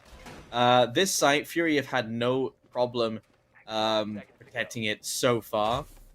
And so, Variants, that does give them the opportunity to try and build on their past failures. Oh, close shot there from BG, man. Look at the damage done, though. Strike and Killer's taking just a little bit at the very start there. And just even little chunks of damage like that can be a big problem later on. Jump out. I really want to... He actually gets the kill without jumping out. He can actually follow it up with a jump out. I'm sure his teammates could recover it even if he died. But it's actually wild. Look at that. These guys are reading into exactly where these players are going. Peter takes a very poor fight from the balcony there. Hajime takes a second one down. They don't have a dock this time around, so their health won't be recovered for Hajime, but I don't think he's bothered. Yeah, he's just straight back into the peak there. You did talk about in the pregame how these are both tight teams. They should both know each other very well, and I think it is showing in just these perfect peaks going in. He's very low on that HP. He's trying to spray before he goes around the corner just because he's sitting on 1 health. Strike, nice shot there onto Darker. There's the trade. But that is going to be the advantage over to Fury. Yeah, that was a brazen peak. I don't think Lion expected that to come out. Strike obviously took that early damage and got finished off. And BG Man 2, Malik, what are you doing? Just stands there, ready to be taken down by I9 on the stairs, who finishes him off. It's all up to Zist. Zist obviously the best player on paper and so far in this matchup as well, with that 5 and 3 KD. Gets 1 exit frag to start off a potential 1v4. He has the time at least. 1.5 minutes still left, half the round.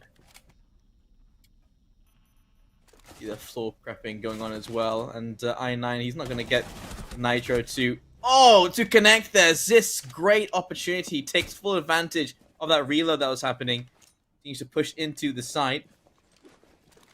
G-Man is still alive. It is very scary. And there it is. The one player with more kills than him is going to be the one that extends his kill lead over him. BG-Man. Yep. BG-Man with the silenced TCSG. Absolutely having a heck of a time right now.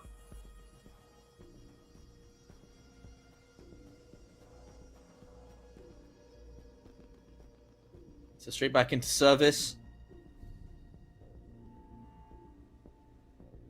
And Variants, they I'd say they came close when they were hitting cooking, but still absolutely no dice. And something that Fury has been doing here continuously is getting very aggressive.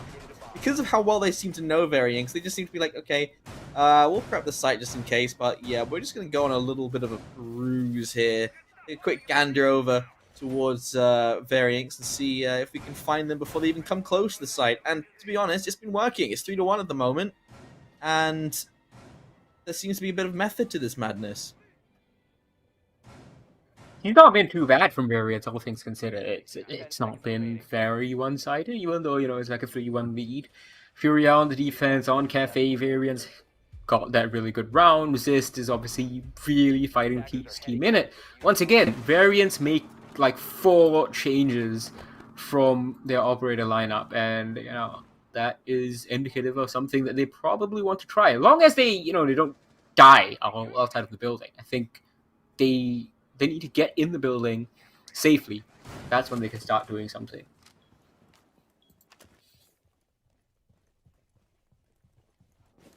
I haven't seen too much action from Azami today or like recently in those situations. So, I9, do you have anything to show me? Because I would love to see a bit of action going in from that Azami pick.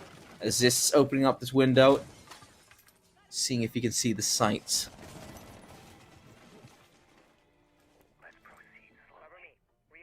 Hajime, he had a really good round. The previous one, just very brazenly looking for the peaks and the picks. I9 is going to try it himself. He's feeling, the Montaigne, he just almost presents his back to him. BG Man follows it up, though. He comes from the other angle, takes him down. Montaigne just too aggressive. And doesn't have any support. BG Man gets second. That's double digits for him. 11-1 in 5 rounds. We were talking about, who was that? Reaps 11-3 in 5 rounds, 6 rounds just now. This BG Man's 11-1 in 5, and the 5th is not even over. We've seen some incredible players so far today, just putting up these insane stats in just the first half. Dark and BG Man, they've given quite a lot of HP to secure these first kills. One of the things I love that they've changed here is that you can see who they're spectating, because being able to see this, you never know when they're actually helping one of their teammates in a big way. Oh goodness, like a big way. Malik and Zist both finding kills. Lycolis, though, will keep the advantage in their favor. Peter is going to find I9. It's now down to the 2 versus, 1, because at the moment Zist is knocked to the ground. Peter just down very low in HP. Pick up his teammate in time. Doing so, there it is. Very low HP on both of them, but at least that is a better chance than if it was just the one of you.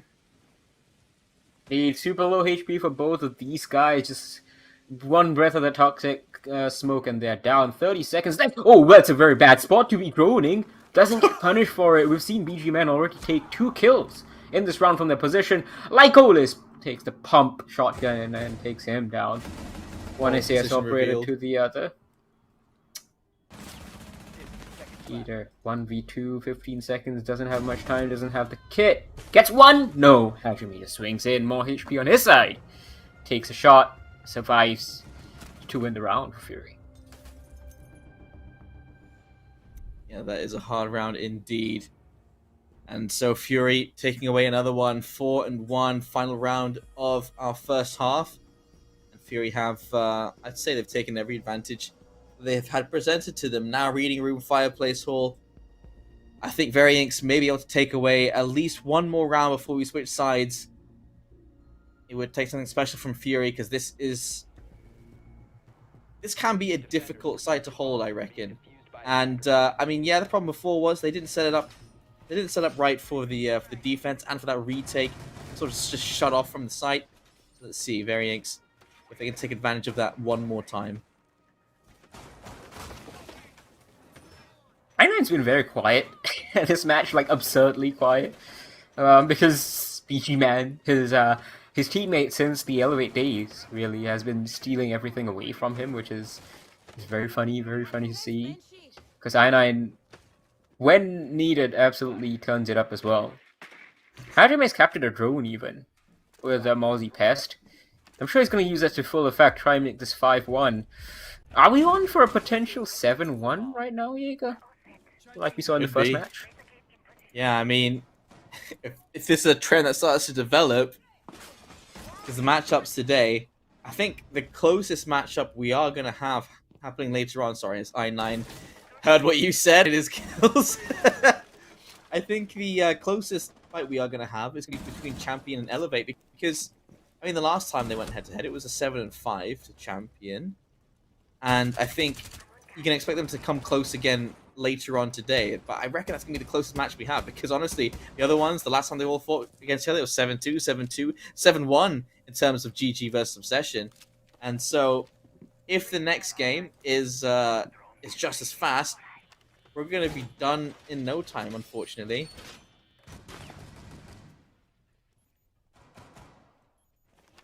Two minutes in this round. Each team has lost one player. Killers very aggressively going up to the Evil Eye. He's gonna whack it instead of destroying it outright. So he can still give information if the shroud is lifted, essentially, if the shroud is taken off. Killers goes a little bit too early on the shot, gives away his position. I9 now knows that Nook is pushing.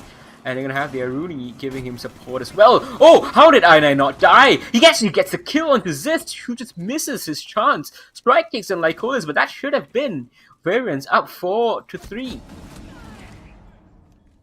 Oh, you can see that with those problems reoccurring once again for Fury. Varians doing a great job of isolating these fights and taking down these early kills. I9 doesn't want to pick up his teammate. He's like, crawl, go ahead. I should finish you off myself. Just BMing Dark right now, like, you got Look down, at you on the ground. You got down. Just lets him die. Killers gets 2. It's actually I9 in a 1v3 right now. He's laughing too much, and actually Variants come away with this round. They did look superior for most of it, for a lot of it actually. They came away with a win. It's not 5-1, it's 4-2. You can see Hajime is absolutely losing it in that player camera. BG Man, I9's snacking. Bored. He's just snacking. The dude's like, yeah, don't worry about it. Just gonna enjoy this. We'll be back into it in no cashews? time. I like cashews. Cashews are a great snack. Good for you. Got some healthy fats in them as well. A little bit fatty, yeah. That's good. I was gonna say, like, don't eat too much of them. Here we go. Side switch, and you actually do see a pretty similar lineup. Melusi and the Goyo coming through for the side of Variants, and Fury. That's a lion pick. That's interesting. Amaru, Lion, Yana, Zofia, Hibana. Hibana is the odd one out, really. And now, the Lion's been swapped out for Forest. Fury not looking to outright monkey around in this round. They might still, even with the operators that they have selected.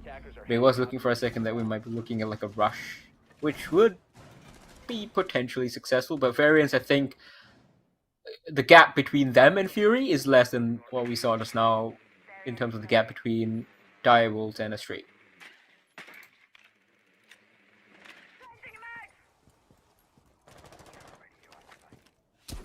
Up the roof goes BG Man, and he has, plenty of opportunity to get some damage going before they've even entered the building.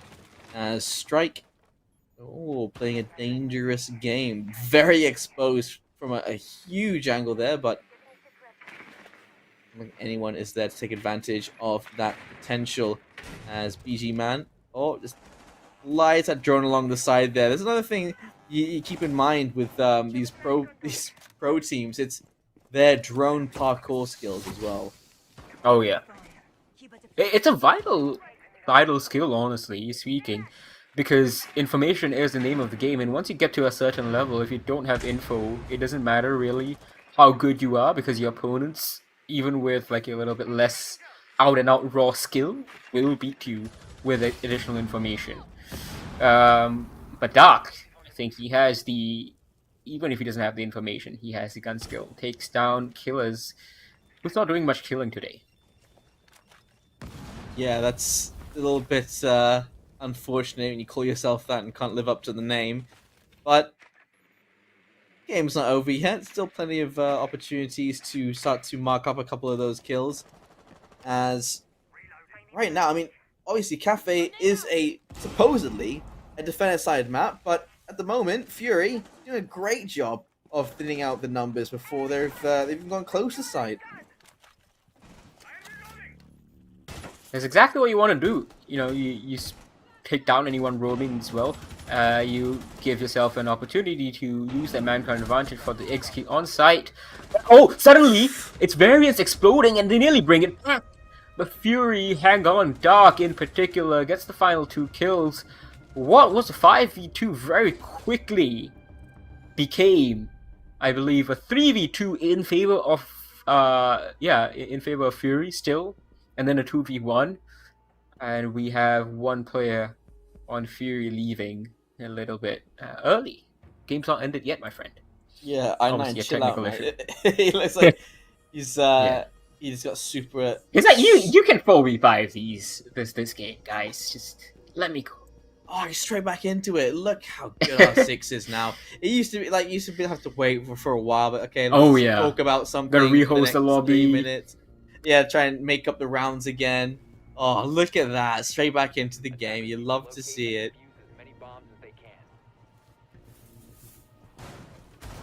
So same floor, and understandably so, is a side where most teams have the most success in terms of defending. Fury seem to have found a way straight through Variants, and I reckon they're going to attempt the same thing here. Variants, though, can't play into their hands again. All those lurks, they didn't amount to too much. We did see some risky plays, and like sometimes they can pay off, but really it only really does pay off when you're one of those X Factor players on your team.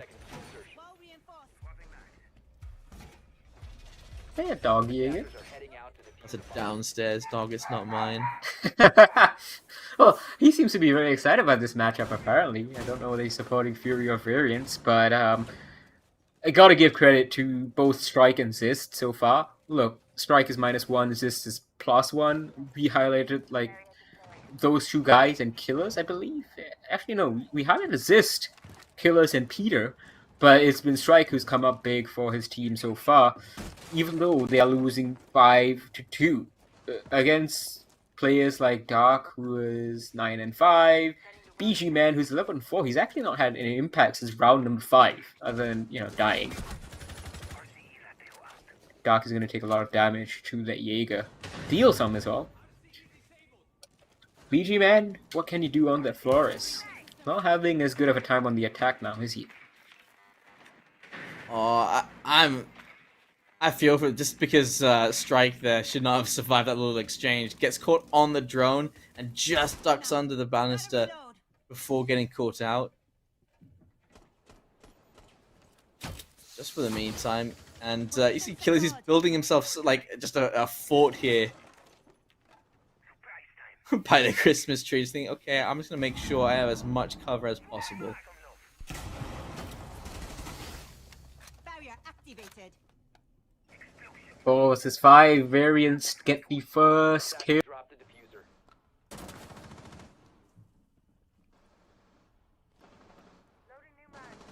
Oh, and this comes down to timing as well. Strike.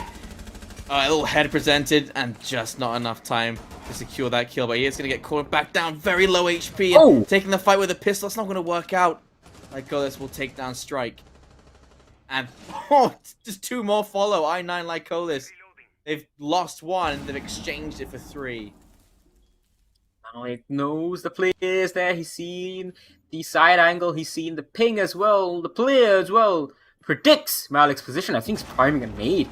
Malik gets away just in time. Gets the read on that thanks to his teammates calling it out. Killers alone here in Piano. Left alone. Left unbothered. But he's going to force the issue right now. He's getting drone. Gets taken out. BG Man finally gets on the board. After round 5, his last kill. Malik tries to duck in, and Fury are on match point.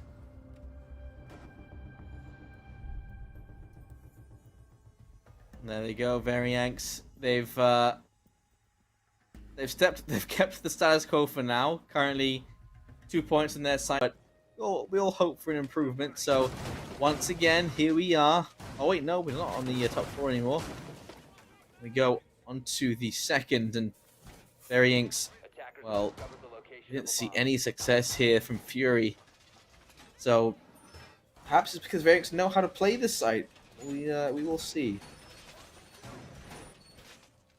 Well, they better know how to play this site, or they will be going home essentially, or just, you know, they are home, going out, as we saw, you know, with the killers. Yeah. Clothes early on.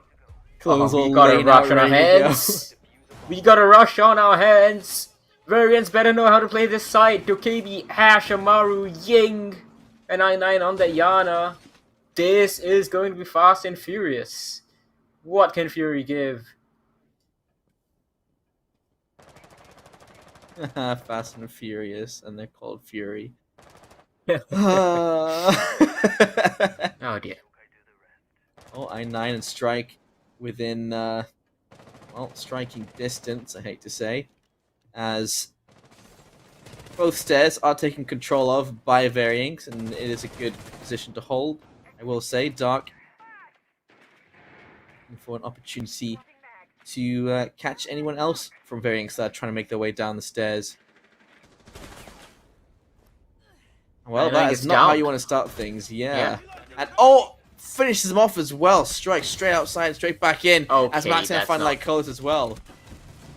Target has gone up actually.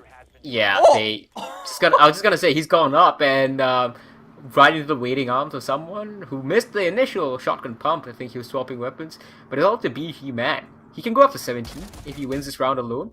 Gets the first one. Silenced DMR. There's a cam watching him.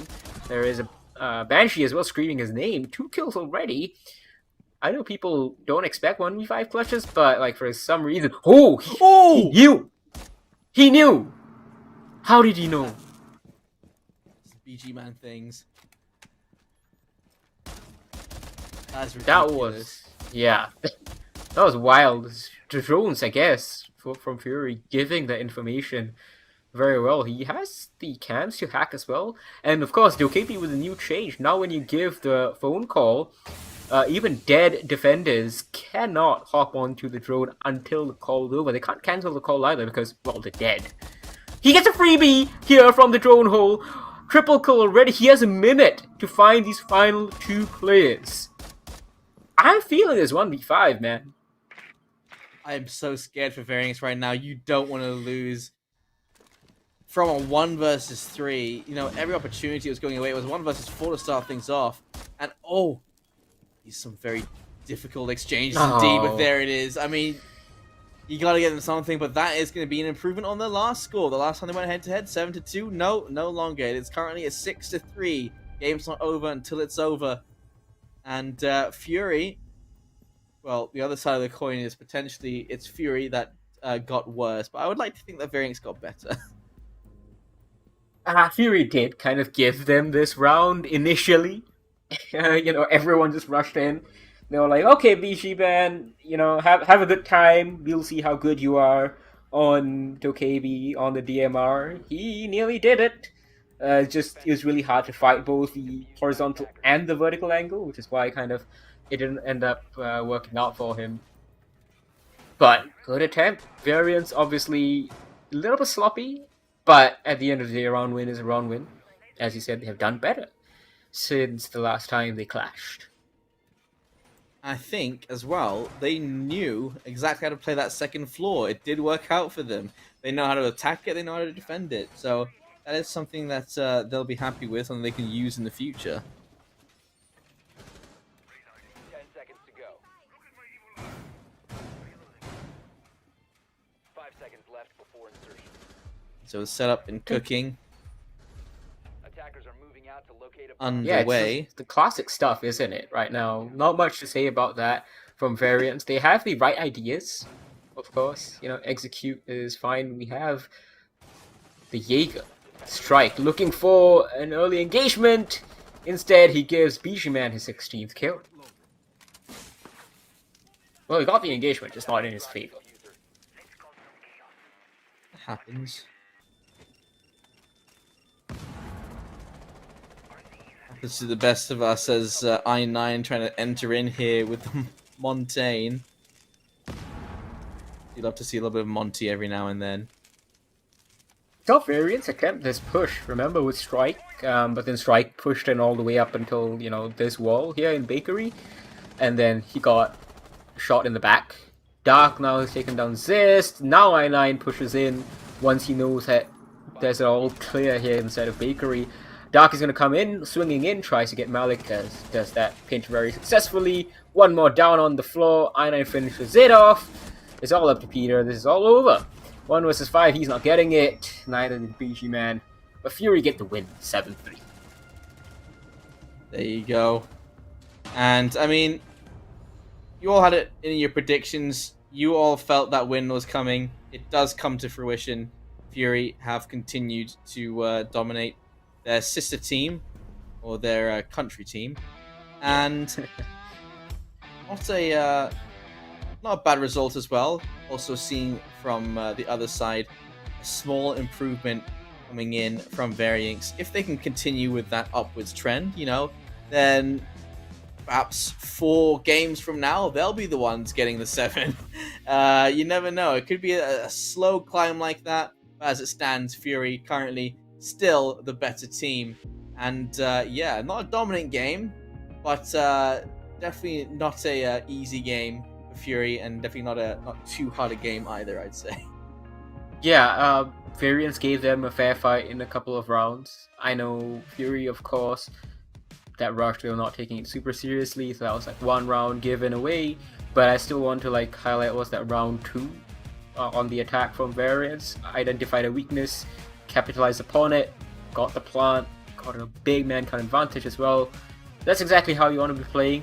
So the fact that Variants can do this to a team of Fury's caliber shows that these guys have the right ideas. They're not at the Apex South level yet, especially a team that is potentially going to a major. So ways to go, but as we talked about in the previous game, Direwolves did it, came up from like this tier 2, tier 3 level. So as you said, if they keep on improving, they'll be able to make that climb up. You can also make a climb up in terms of your in-game drip. Get 600 R6 credits, or this Operation League pin that I've been wearing if you've been noticing. Put hashtag call your shots in the chat for a chance to win. You only need to do it once. And you can also go to the Facebook page for the Operation League, the fan page. There's a lucky draw there. Leave a message to predict the ranking of each team. Tag 2 friends and you have 8 prizes on offer, from rammed mouse pads to a sledgehammer, caps, t-shirts, shibis, pins, or 7,560 credits. So, That you know, is a lot of credits. Yeah. Go for it. 1 for nothing. Yeah, absolutely. And I mean, it takes you a maximum. It takes you a maximum of something like what, 3-4 minutes of your time. Yeah. And hopefully you have 2 friends to tag, because otherwise I think something's gone wrong there. But there you go. There's the pin being on full display there. And well, with that being said, we are going on a short break once again before we head into our 3rd match of the day. And so, ladies and gentlemen, don't go anywhere, because we'll be right back.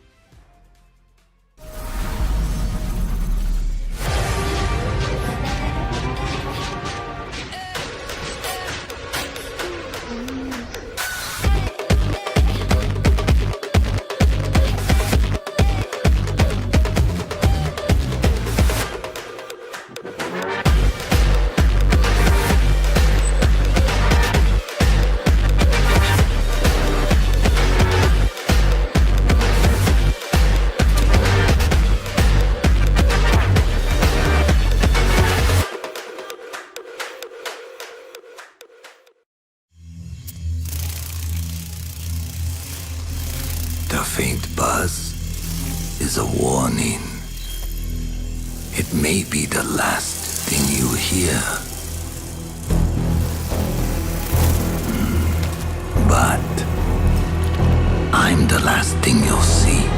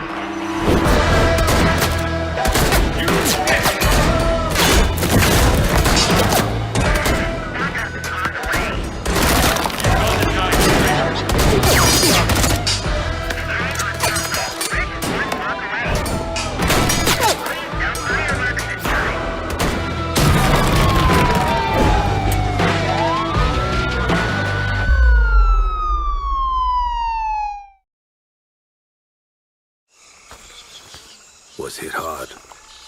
He'll live. Server room, identify perimeter breach. Over.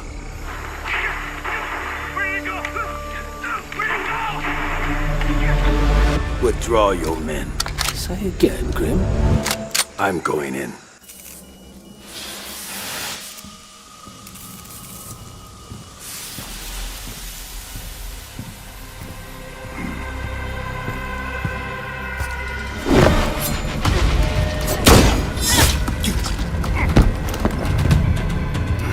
My turn.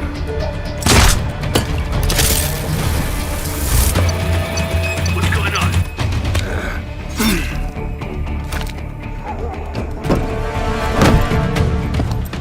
What the? Impossible. Didn't think you spooked this easy. Micro recon drones. Cute.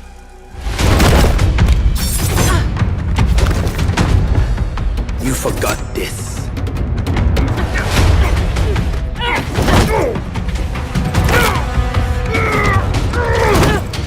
Is that a key on your jugular?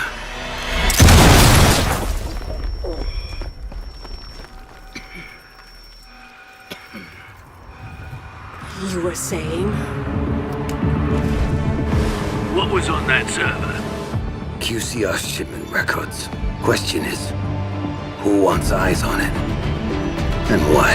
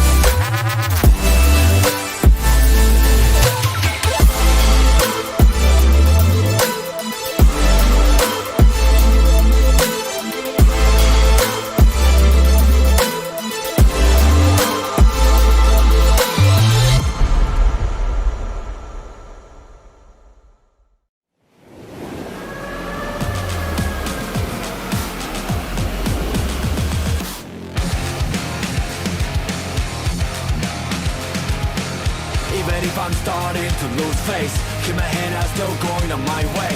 Call my own shots until I'm breaking. Get a move on until I make it. But I can't hold back, and having regrets, hitting all the stacks, and that is why we're here. We're one gonna last. Tell me, what are you waiting? Take it over, and this is my year.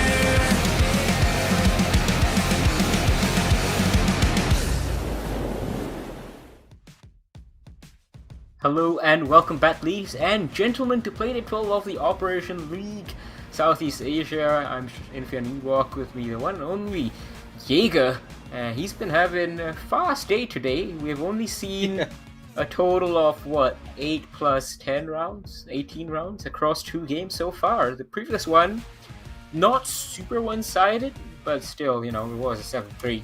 Varians were not quite able to play at the same level. And now I'm hoping that's going to break. Champion versus Elevate. I don't know if it's going to be as dominant as we've seen so far. It's there's been a clear difference in this tournament between Direwolves and Astray, Fury and Varians, but Champion Elevate, I think it's a little bit closer. I think you've got a great point, man. Like, you look at the points difference, like, they only separated by 3 points. Yeah, I think they're very close by. I do think that just looking at it on surface level, I think Champion have a bit of a deeper map pool, just simply because the only maps that we've seen victories for Elevate on are Villa and Cafe. And actually on Cafe, they've won every game they've played on Cafe, which is just the one game. And they played Villa 5 times, and they've only lost once on it. So yeah, the only thing going for Elevate here, jumping into this map, is the fact that they have won.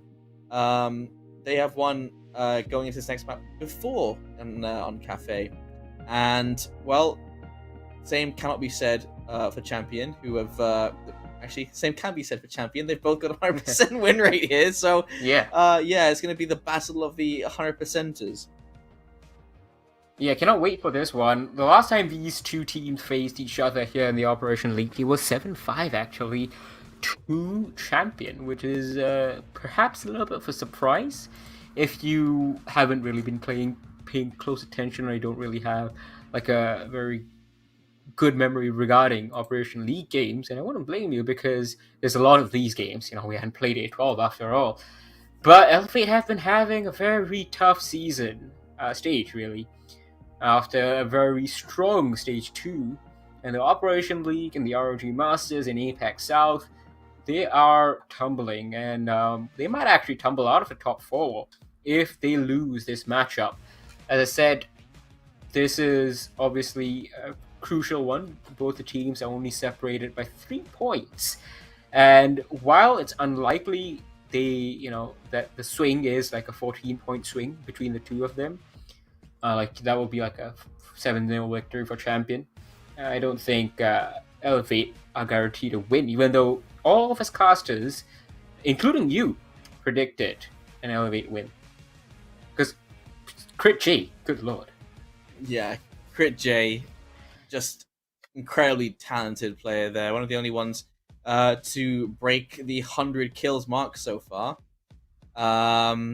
I think Crit J, I think he only surpassed that last week, actually. I think he was on 99 last week, and then he got to 109, so yeah, that's a good performance there. The other one, Onigiri, and Reaps over the 100 kills mark so far, and so Onigiri definitely someone that you can look for. Look at the stats on the rest of his teammates as well, 94 and 98.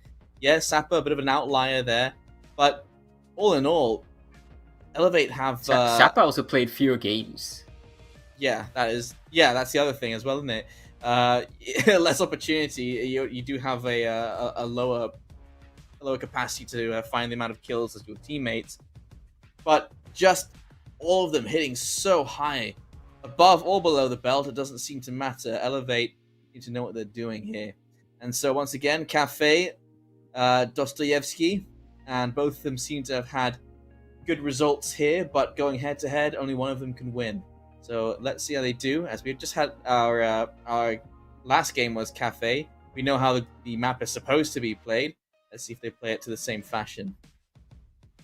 Yeah, it's really interesting, because Cafe is like a map that Elevate used to be really, really good at, especially, coming to SI 2022, where they had BG Man, Nerix, and I9.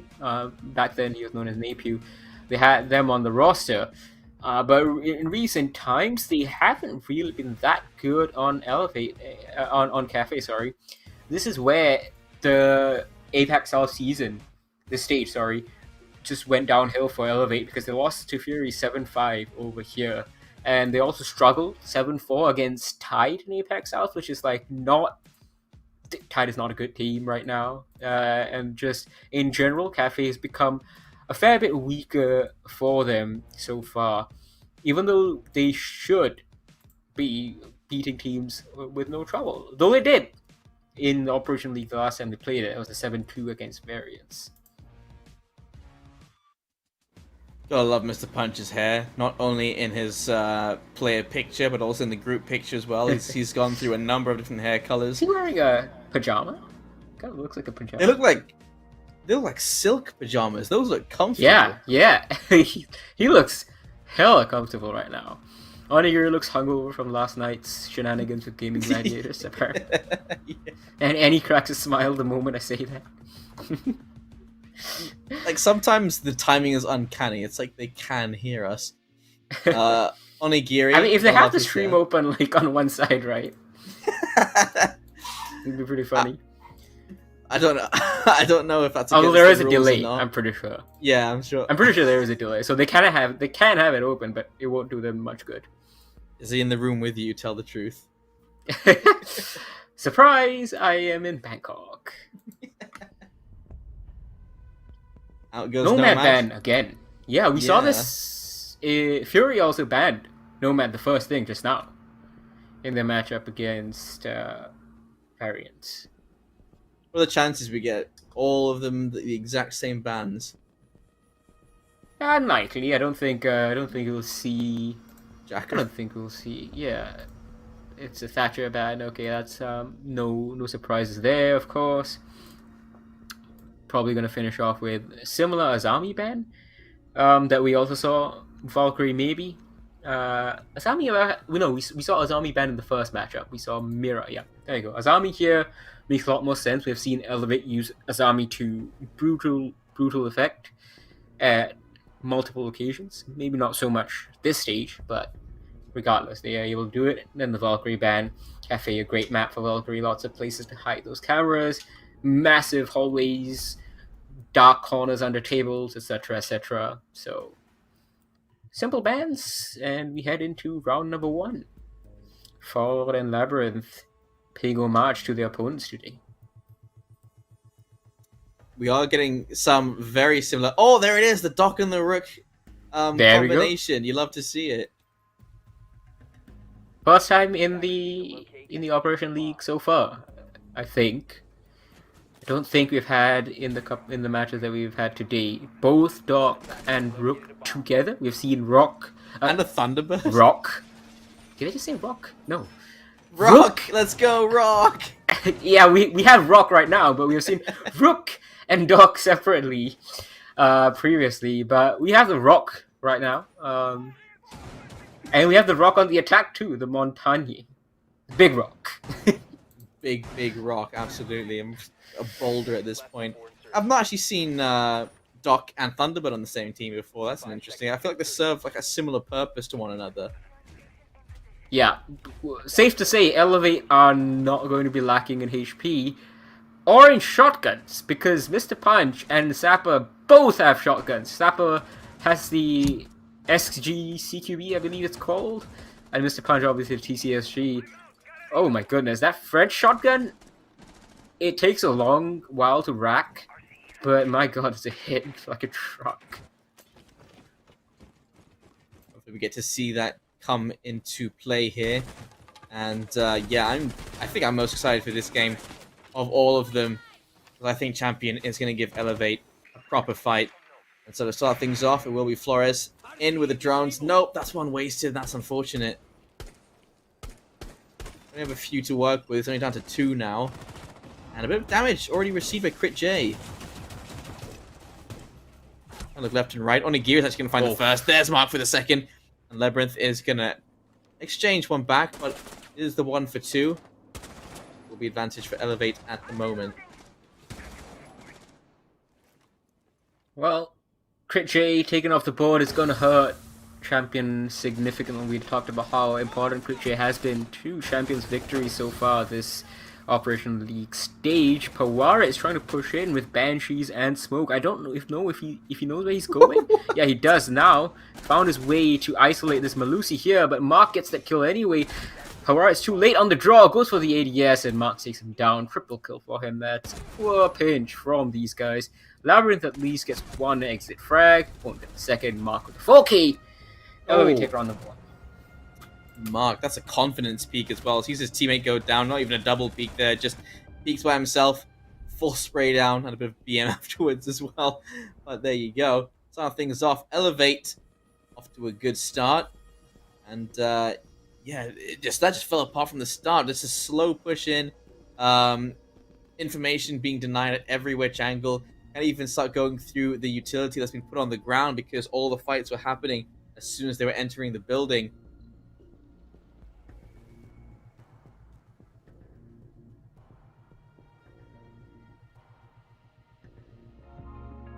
So apparently, you're seeing our faces now for a little bit. We might go to a break. We do have a little bit of a technical issue. I'm not too sure what it was. Yeah. I'm not sure if you caught it. I didn't catch it. I didn't. I'm not gonna lie. Maybe the issue is that Elevator too good, and like, you know, Champion. Okay, we need to nerf them somehow. You know, they broke the observer. They accidentally killed the observer.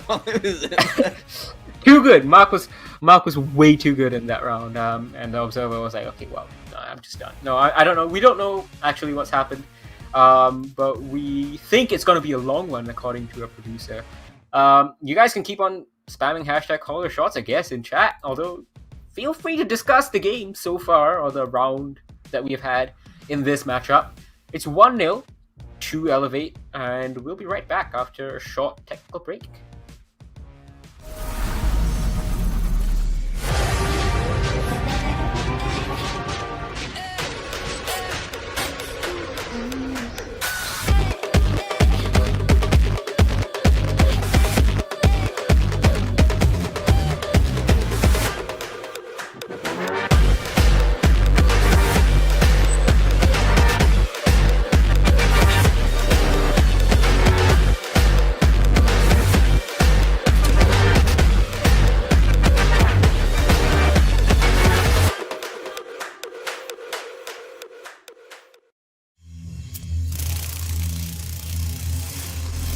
The faint buzz is a warning. It may be the last thing you hear. But I'm the last thing you'll see.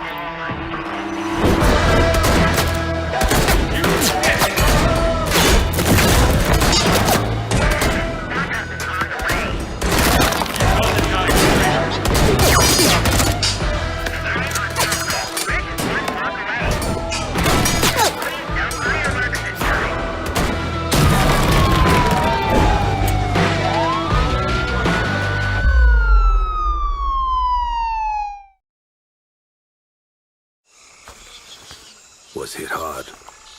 Here, live. Server room, identify perimeter breach. Over.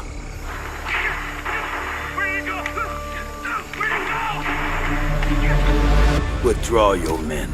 Say again, Grim. I'm going in.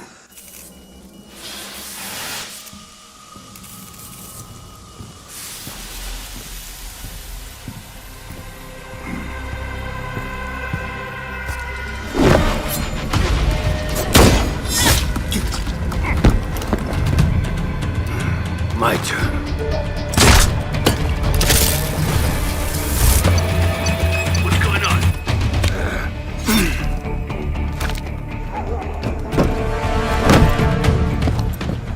Factor. Impossible. Didn't think you spooked this easy. Micro recon drones. Cute.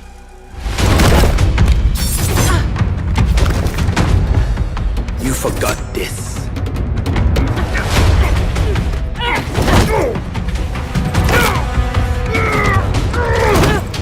The data key on your jugular.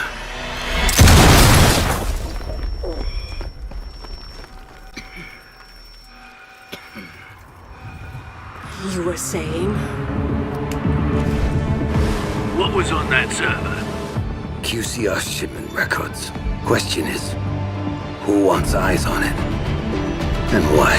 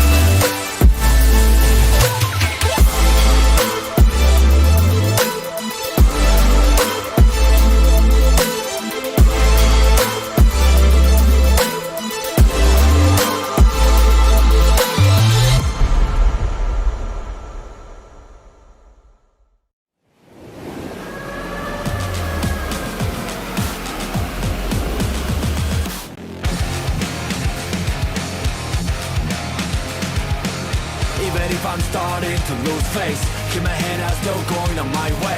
Call my own shots until I'm breaking, get a move on until I make it. But I can't hold back, and having regrets, hitting all the stacks, and that is why we're here. We're one gonna last. Tell me, what are you waiting? Take it over, and this is my year.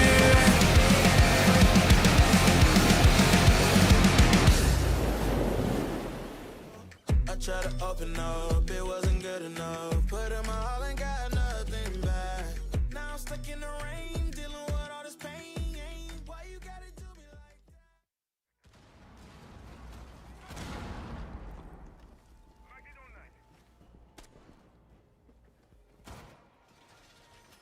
And we're back, ladies and gentlemen, as we continue this matchup that barely began before we went to a little bit of a lengthy rehost. Apparently the issue was that second round wasn't starting for some reason. The game just quit on us, so we restarted everything, got the lobby in, and we have the players back in, ready to go. We are seeing Jaeger, Thunderbird, Doc, and Rook once more. Yeah, that's right. And, well, we're into the action phase, just as you've wrapped up really nicely and gotten everyone caught up. But here we go, the second round is underway. And, yeah, you see there's a little bit of, we're getting a couple of dropped frames here and there. But, that's not going to stop us. That's going to be no problem, as Onigiri is going to get found as Power It. It sounds like Power It Up. Has found that, secured that first kill.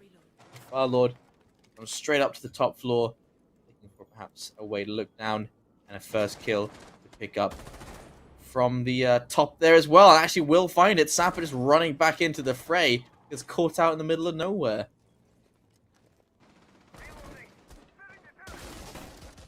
5 vs 3 champion have come out of this little bit of a break, perhaps a little more on point. Mr. Punch is super low, but guess what? The Kona stations are still up, even though the Thunderbird and the Rook are dead. Mr. Punch, I don't know, has he taken the Rook armor? I'm not too sure, but if he has, he'll be able to withstand himself and revive himself if he goes down. Marcus get one kill for himself. Labyrinth, though, is getting the plant behind the cover of those Yin Candelas, and everything's exploded very quickly. How much do these guys know? Labyrinth gets stopped at the right moment. Mr. Punch piles on, and suddenly, what was a 5v3 for Champion has become a 2v2. And you could call that a 2v1, although, yeah, Mr. Punch does get picked up. That is very low HP to work with. Farlord isn't get taken down, though, regardless, and, well, it almost looks like an even matchup, considering the HP remaining. But definitely not in terms of crossfires that are potentially available here. Elevate in a good position to open things up. Mark is going to find Exolotic, and that is going to be a second round for Elevate. Oh, Elevate obviously started off a little bit sketchy, but they woke up just in time.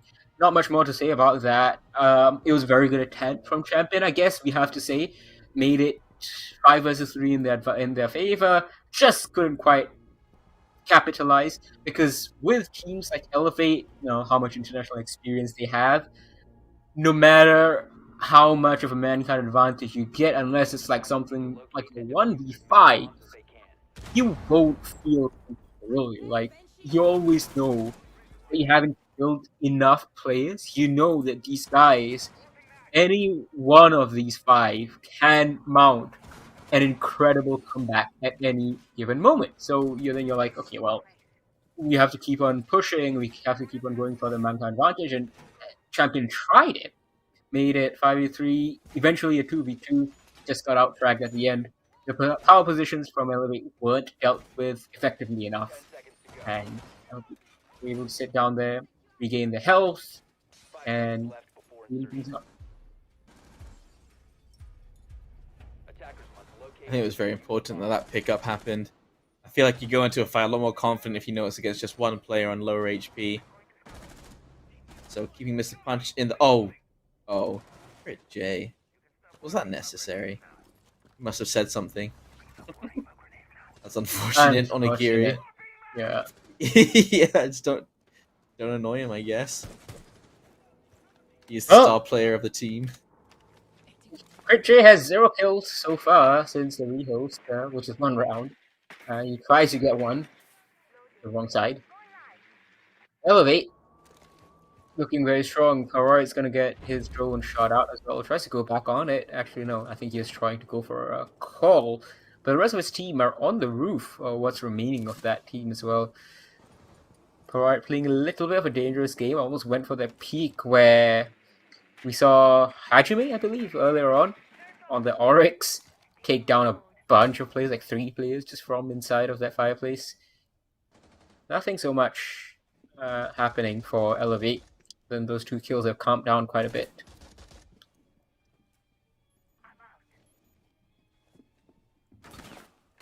Spotting out the camera, bulletproof. Have to get close to it if you want to disable it. Crit J is going to find a headshot onto Mr. Punch.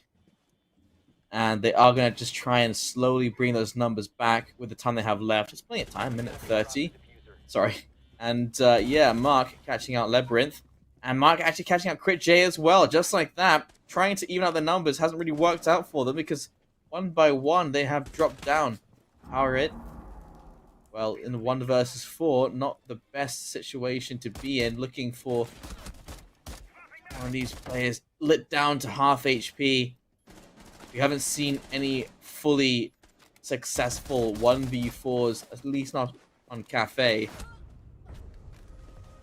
That's not going to happen here either. Sapper, P90, no problem.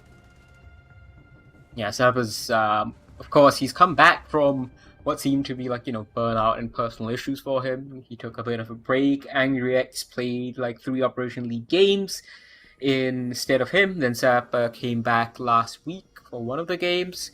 And then in the Apex South as well, but his Apex South return didn't really go according to plan.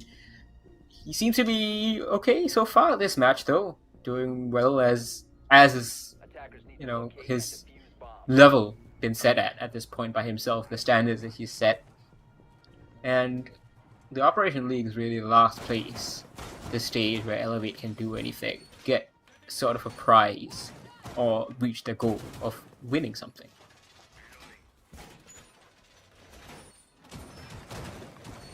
believe in you, Elevate. But I also believe in the champions. Let's hope they can still put up a fight here, because so far it has been nothing but Elevate showing their hand. And Champion really haven't been able to get into this game. We have seen some kills go their way, but just bringing it down to 1 versus 1s or just winning those just been too difficult so far. And I mean, understandably so. Cafe, again, there is a trend that seems to indicate that the defender side has been a little bit easier for every team that's played on this map. So, for Elevate to have 3 at the moment, Champion can still turn things around once we have our side switch. But until then, we have to try and scrounge up something. Can't just let all these rounds go the way of Elevate, who have won so far on every single floor. Yeah, completed a full rotation of all the bomb sites so far, which is not a good sign if you're an attacker, because it means that no matter where you attack now at this point, there's not really a weak bomb site from the defenders, which means that you are up against, well, I mean, you always were up against those odds, but you now know. There's like the mental, psychological aspect of it, that you know that we've lost in every single bomb site we've attacked. And it's not looked very good except for that 3rd floor cocktail attack.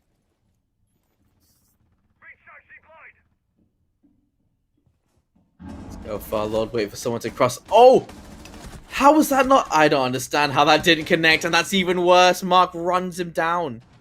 That is so unfortunate.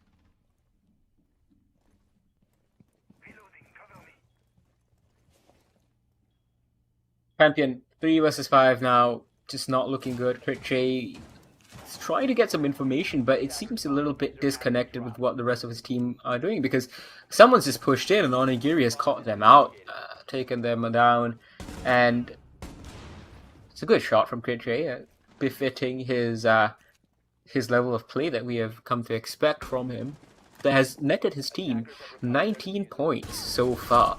3 points behind. Selotic, oh, that is a 3v that he should never have missed. It would have been a 2v3 had he connected.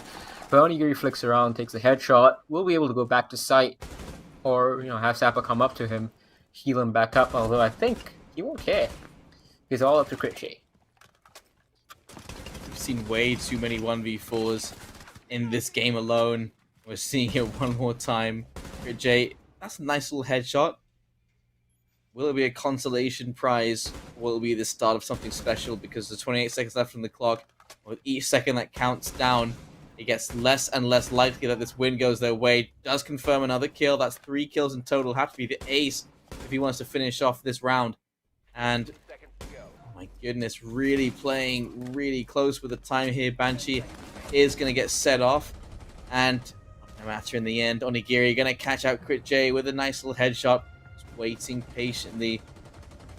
There it is. Head found. Full spray. Another round to Elevate as we head into the 5th round. They are showing absolute dominance. As expected from Elevate, as expected from Elevate, I'm going to correct that. If you hadn't seen their Stage 3 games past the 2nd week of Apex South, I think that is better to say. So right now, I think you would agree with me, Jaeger, that Elevate are slightly overperforming the level they've shown us so far in Stage 3. They've been disappointing for the standards, for what they've done since Stage 2, added on Laxing as a coach. Just been the best team in APAC for the entire year, except this stage. So it's good that they're kind of bringing themselves back against Champion, who for all purposes should have been closer than this 4-0 is showing. Most they can walk away with in this half is now only 2 points. It's not enough. I mean, yeah, you can switch sides. Hope to have as successful a defense as Elevate. With the way things stand, I feel like Elevate have just been coordinating so much better with each other. Yeah, there seems to be a level of trust between all of these players. Yeah, Crit J can be an incredibly talented player, but as long as everyone is finding their kills and doing their part, doesn't matter how good you are, you're going to lose to a team if you're only playing as a player.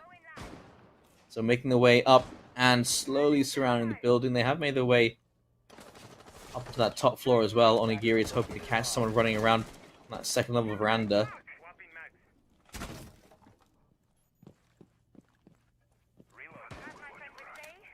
5 versus 5 with almost 1 minute gone, which is a little bit of a surprise considering we've always had, I think, in this game so far, 1 or 2 picks go off in the very first minute. It's been a lot measured from Elevate. But just as I say that, just as we take down to that 1 minute mark, Onigiri, I think he peeks the hatch and takes some power. Sapper peeks the skylight. Heals himself back up after taking damage and taking kill. Oh, getting tapped in the head by P90 from the 3rd floor up to the top. It's unfortunate. Look at them. They've not even entered the building and already taken so much damage. Finally, they will show some results for their efforts, but just not enough. 2 kills and almost all the HP. Onya Hibana is just not the way in, is it? Exotic, he's going to be looking for anyone that may have... Oh! I don't think he recognized there was a head just sitting there. That's unfortunate for him. Mark is going to be finding another for his team, and down to the 2 vs 4. We're going to get another 1 vs 4. No, not this time. Crit J says we've had enough of those. Peeking over towards Piano. He will secure another one. He's looking for a little bit more. He's actually even out the numbers here. But not over just yet. It is low HP for the remaining players of Champion. As long as Crit J is hitting those headshots quite like he is now, they may still be able to steal away around here. 38 seconds left. Mr. Punch is going to find a kill. Waiting for another head to be exposed. Crit J, great headshot despite such low HP. Now the 1 vs 1. Sapper, he's other things off with that kill up into the top floor. Does he secure the final kill? 7 kills for Crit J right now. He's going to need 8 in total. No, it's not going to happen. Sapper, a headshot instantly. Look at him go. Just looking all over the place. Finally securing that kill. Pre-fires around that corner. And a 5th round for Elevate. 0 still for Champion. And I'm sincerely hoping we're not going to be getting a 7-0 here. It's really odd because Champion have seemed fairly close in a couple of rounds. Specifically this 3rd floor attack. Both of these rounds that they attacked here, it went, what, 2v1 it was at one point in the first attack, and now it was a 1v1. Crazy just unable to get that kill. They did well. They recovered that initial pick, 2 picks really, that they lost out on the red hatch and on the skylight fairly well, brought it back. Just weren't able to out-clutch the Elevate players. It's always a tough ask, even if you ask W7 Esports in Brazil, even though they destroy the Brazilian teams regularly, they found it tough too. So Elevate kind of remembering who they were, as we were talking about Jaeger just prior to this round starting. Elevate remembering who they are, blazing ahead 5-0, although each round has been a lot closer than the scoreline suggests.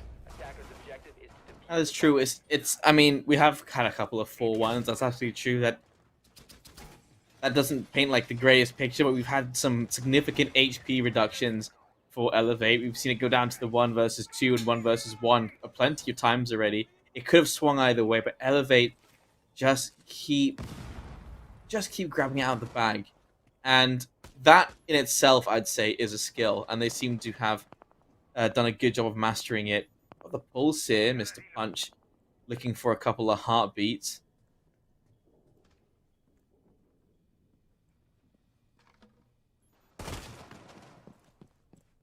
It's a risky play. Always a risky play, but if you can secure a kill there, it's so worth it.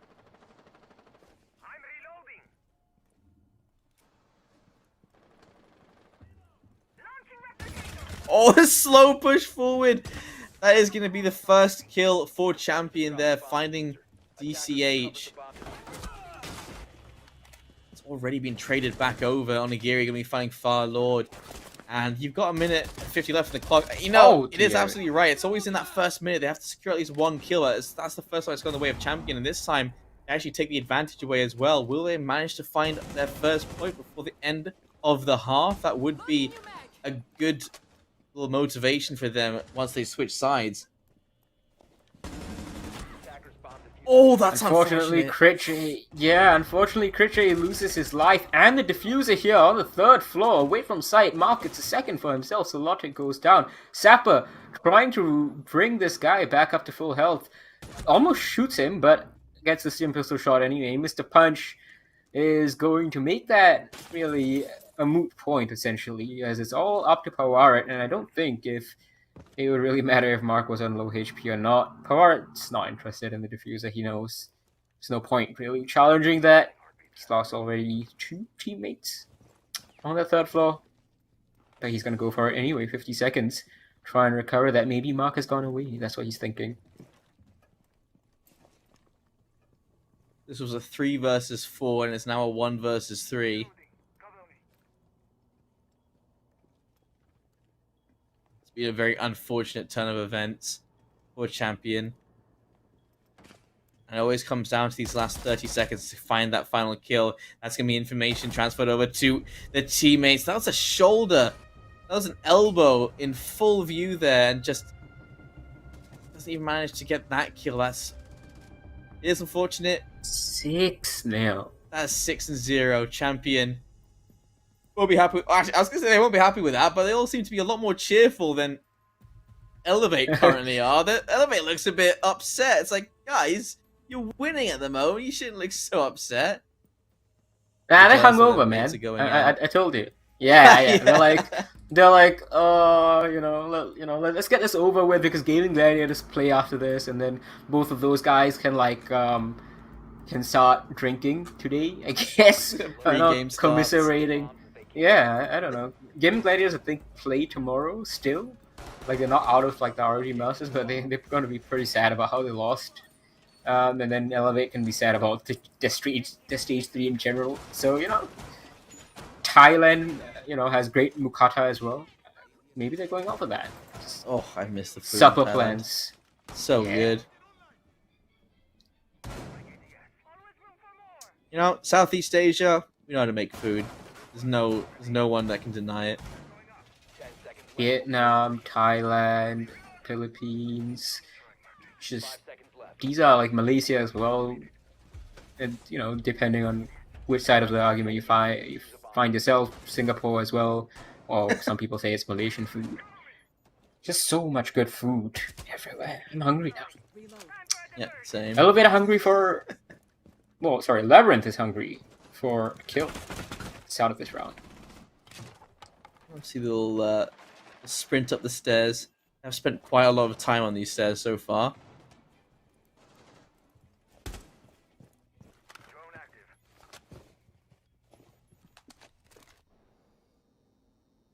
Honestly, we do see the hard breaches come into play a lot. We've got a Monty at the moment and a Lion pick that actually stuck this time. We don't see too many of the hard breaches really come into play because in most of these fights they have been pretty much face value. Yeah, every now and then you get a kill through a little hole they put in the wall, but that's mostly been peeking down corridors and doorways. Mark will be finding Exotic revenge for Onigiri. It's a bit of a problem now for... Well, actually, no, it's not a problem. I was going to say it's going to be a problem if they have a mute or a Kaid bandit. They have nothing. So I was going to say Onigiri was the only one with impact EMPs. That's going to hurt them, but it's not because they can still get the wall open. And they can get kills, apparently. The Monty's pushed in. We saw Fury do this very effectively earlier on. And Mark and Sapper are cleaning things up. This is going to be a 7-0, despite this being not very one-sided in terms of round by round. But regardless, Elevate... Even though they make it close fairly often, they are still better. They always hold on. 1v1s, 2v1s, whatever you have it. It's a 7-0 flawless victory for Elevate. And what a way to announce yourself against a team that was just 3 points behind. Yeah, I mean, that is a crazy recovery. A 7-5 on the way of Champion has now become a 7-0 to Elevate. That is a glow-up story if ever there was one. Yeah, really well played by Elevate. At least I got one of the predictions right for today. That's that's something I can put on the checklist there. But don't worry now. Because you're 68%, doesn't matter. I'm on 25% at the moment. But you? Oh, yeah, well, it's not 25 yet. You've only had 2 predictions. 33% right, for so now, yeah. 50. Yeah, oh my god. We're 3 games in! Yeah, we're 3 games in. It doesn't feel like we are 3 games in. It's gone by so fast, especially this game. But, you know, it's gonna be quick for the draw here as well, the giveaway. Put hashtag #CallerShots in the chat right now. You can get 600 R6 credits on the Operation League C pin that I've been wearing so far. You can go to the Facebook page as well for the Operation League, the fan page. There's a lucky draw there. Predict the ranking of each team at the end of the stage. Tag 2 friends. Get yourself some RAM, 32 gigs or 16 gig, a mouse pad, the Sledgehammer, a mini size one I assume, t-shirts, caps, shibis, pins, or 7,560 R6 credits. That's only on the Facebook page. Hashtag #CallerShots right now will get you credits or a pin. Upgrade your drip. It's free, it's easy to do, and you can all do it in about 2 minutes. Just tag your friends, make sure they know as well, because we want to get everyone interested, we want to get everyone involved, because R6 deserves its seat at the table. And so coming up next, we've got Gaming Gladiators versus Obsession. We've had 24 rounds so far, so let's see if we can get to, 32, because at the minimum, we're looking at 31 rounds. If we get another 7-0 like that. We're taking a short break, and we'll be right back for game number 4, the final one of the day. Don't go anywhere, we'll be right back.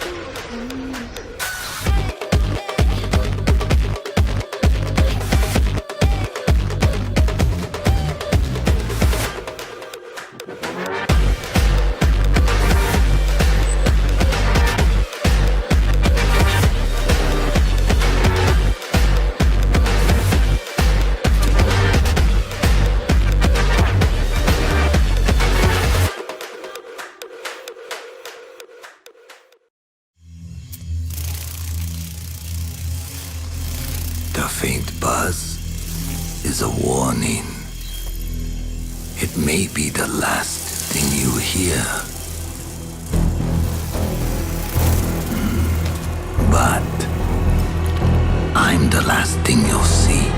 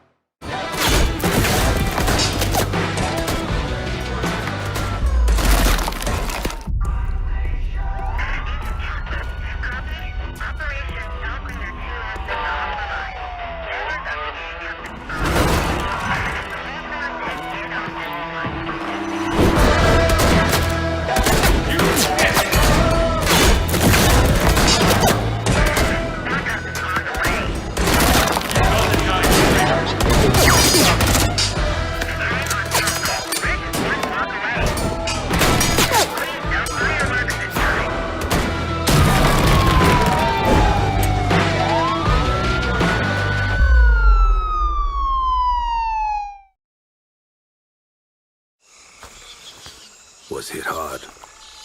He'll live. Server room, identify perimeter breach. Over.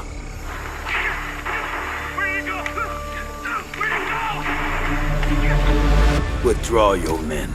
Say again, Grim. I'm going in.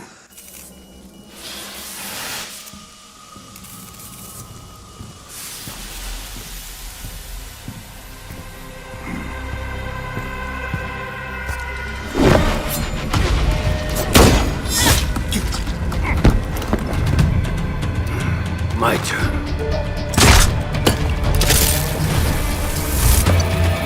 What's going on?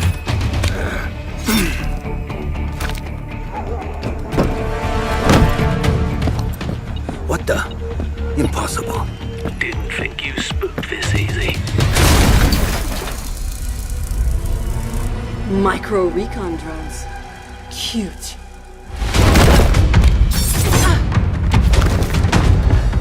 You forgot this.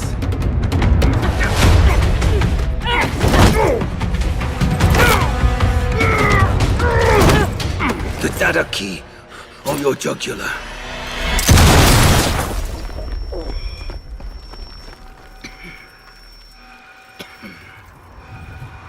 You were saying? What was on that server? QCR shipment records. Question is, who wants eyes on it? And why?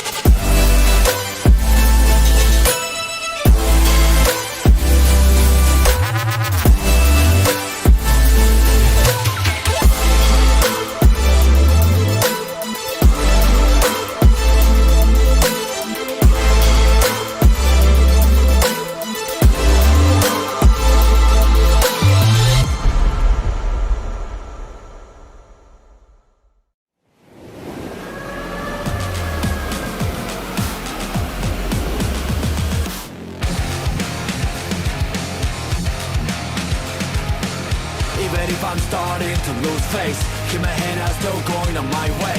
Call my own shots until I'm breaking. Get a move on until I make it.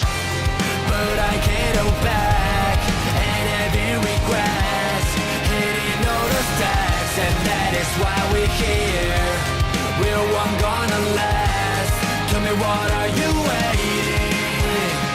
Take it over, and this is my year.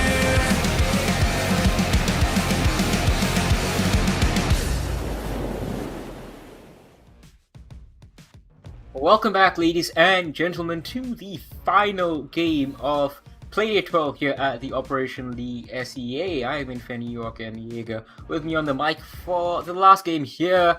We've had a really fast day, and none of the games were as fast as the most recent one, which went by in a flash. And that was even including like a 7-minute break so they could fix the 1 round, 2 round thing. It was just done. Yeah. Like, just even with a break, it felt like it was the quickest. And now we're heading into the final game of the day, and I'm not sure if it's gonna get any slower because it is Gaming Gladiators versus Obsession, and they're not the closest contested teams out there so far. I would say that there's a big gap between them at the moment, at least in terms of the stats so far, and so we may see another game where we have some 1, 2, 3, 4 rounds go the way of Obsession. Hopefully not, but you never know. You never know. We will have to see once we jump into the game, but as it stands, Gaming Gladiators are looking good to get a good score here and a good score difference as well. Indeed. We are obviously not expecting too much from this one. Gaming Gladiators, though, well, they just came off of a 2-0 loss earlier on against Stars in the RG Masters. That game ended about, 2 hours ago, right, Jaeger? I think something like that. It was going on when we started casting our first matchup, and it ended slightly before we ended that first matchup, which is around 7:30. So it's been about 2 hours of a break for Gaming Gladiators. They'll be playing it from Bangkok, not their homes, as they usually do.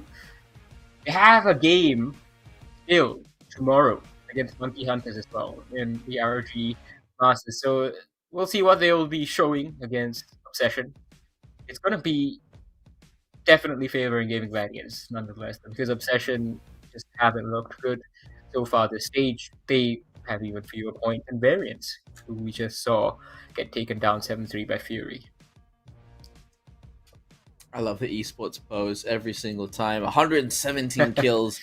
Hoven, he is one of the few players to break hundreds, and it's a great individual stat to have. Everyone else hasn't really stood up to that level. Tolji, I think he impressed really well last week, and obviously Hoven, with his stats, your attention will be turned to him, but Tolji does have some seriously good moments.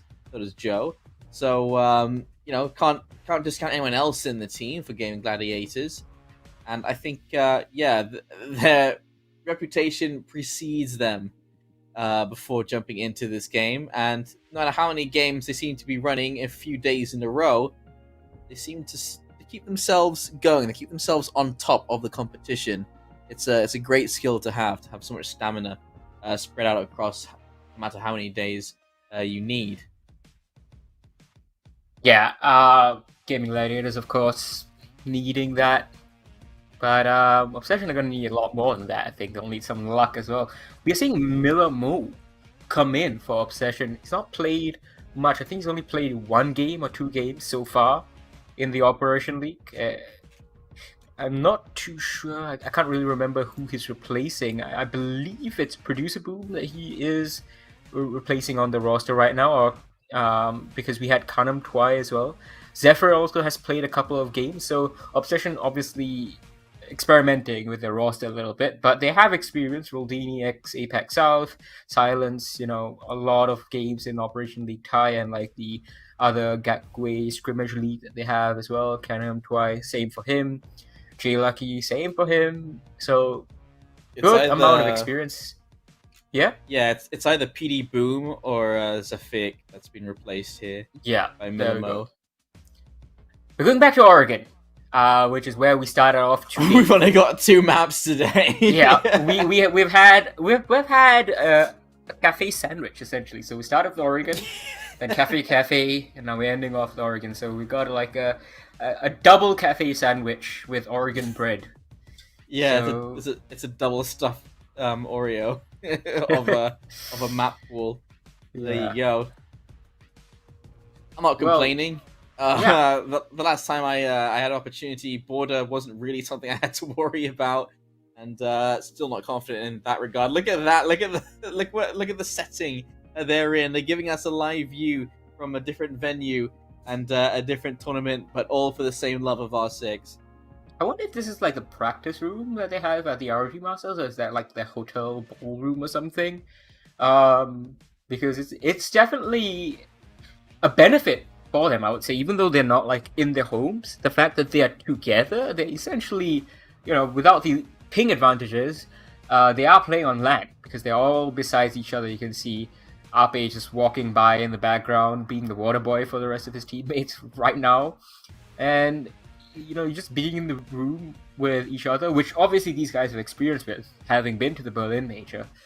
It just gives you a little bit of an extra kick, a little bit of extra boost when you're trying to fight off whoever you're playing against. And Obsession, on the other hand, everyone at the homes, Silence, looking very much like a Noir film.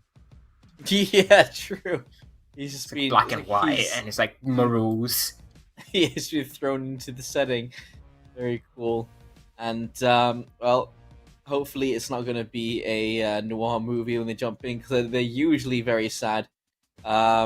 So good opportunity here for a happy noir film. Let's see. That'd be a strange concept indeed. But back onto the bands once again, and it's going to be Ying taken out this time, as the Candelas, they don't want that to be an issue for Obsession going into the next couple of rounds. And onto Gaming Gladiators.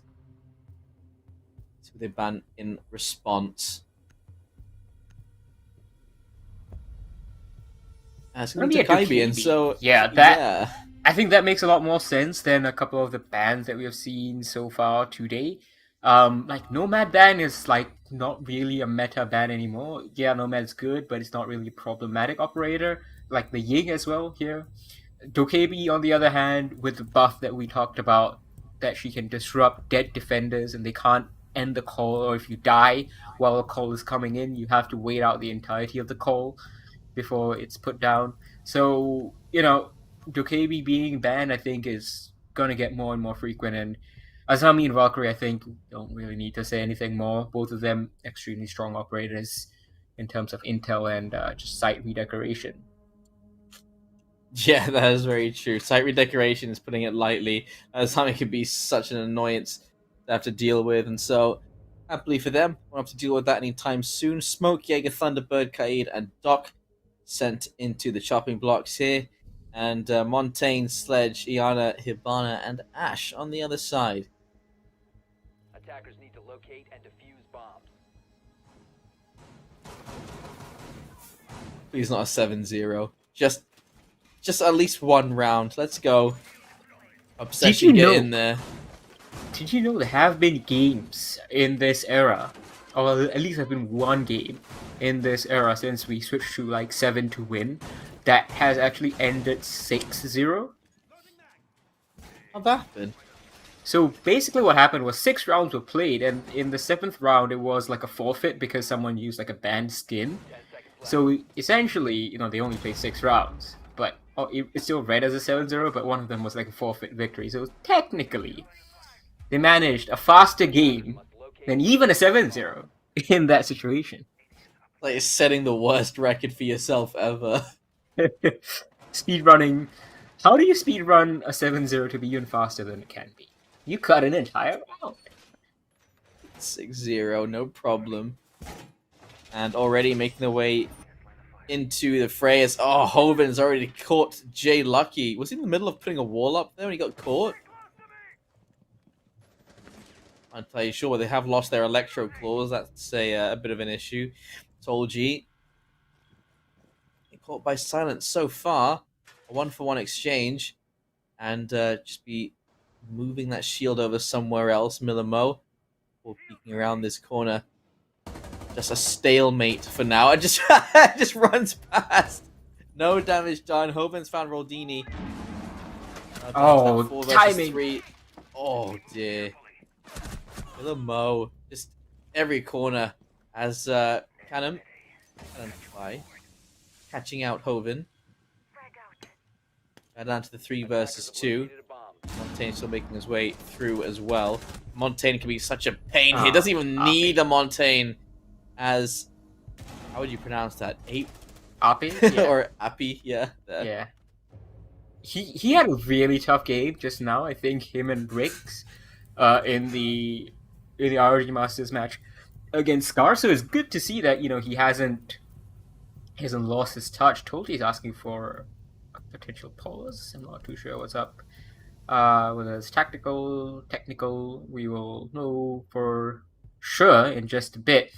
But yeah, it's a good round. Joe playing on Montaigne is a surprise. We haven't seen him play that much, if at all, at least not to my memory. So GG may be just trying to experiment with a couple of pocket strats, which also help them at the same time hide their strategies for their matchup against Elevate coming up in Apex South. And that matchup is going to be very, very important, because if they win that, they go to the major. If they lose that, Fury are probably going to be tied, and then and then Fury go to the major instead of Gaming Gladiators.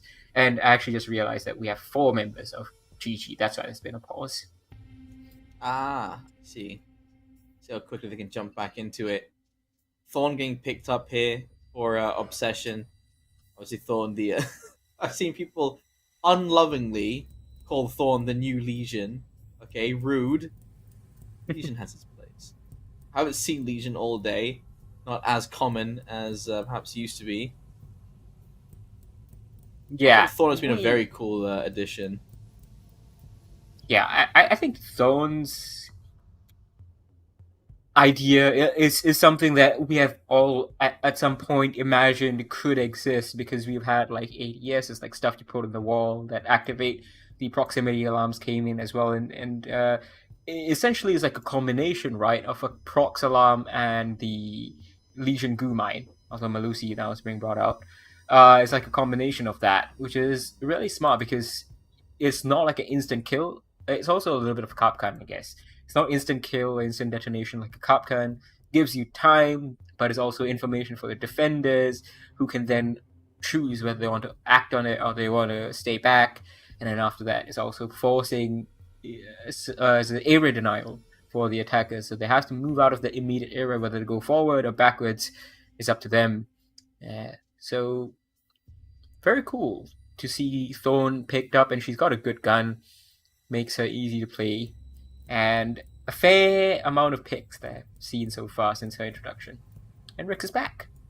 There you go, back into it, and so we should be ready to go as well. They were waiting for Rix to get back in before picking their own operator. Hibana, the choice there. Joe told you AP. Yeah, let's see.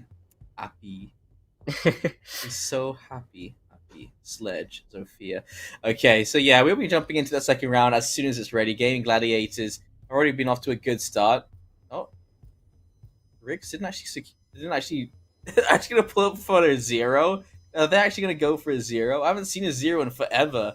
A knock choice as well. Interesting choices indeed around the board here. Game Gladiators have. Do you think that's what the little delay there was for? It was just okay. Let's pull out a different strat. We'll pull in the 0. We'll pull in the knock, and the Zofia and the Montaigne as well, and straight into that second floor.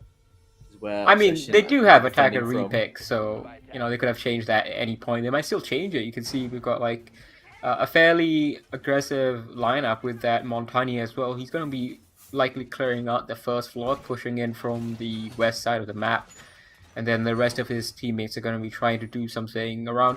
We might also see Joe push in through attic. Might be a better idea depending on how Obsession set their defense up. Only one mute jammer defending that wall. Don't know if they're bringing any impact EMPs. Told you he's going for a blitz. Blitz and Monty.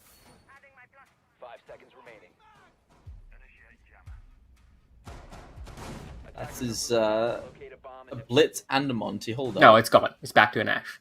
Okay. I was gonna say that's that'd be a bit annoying. Imagine you add an Osa to the into the mix there as well. Just 3 shields making their way through. Yeah, that would have been one hell of a thing. So okay, we have the breach charge inside of Rix, but no impact. Oh, wait, sorry, we do have impact EMPs on the Montani. I didn't think to check him. I was looking at the Nook. Told he takes down kind of twice.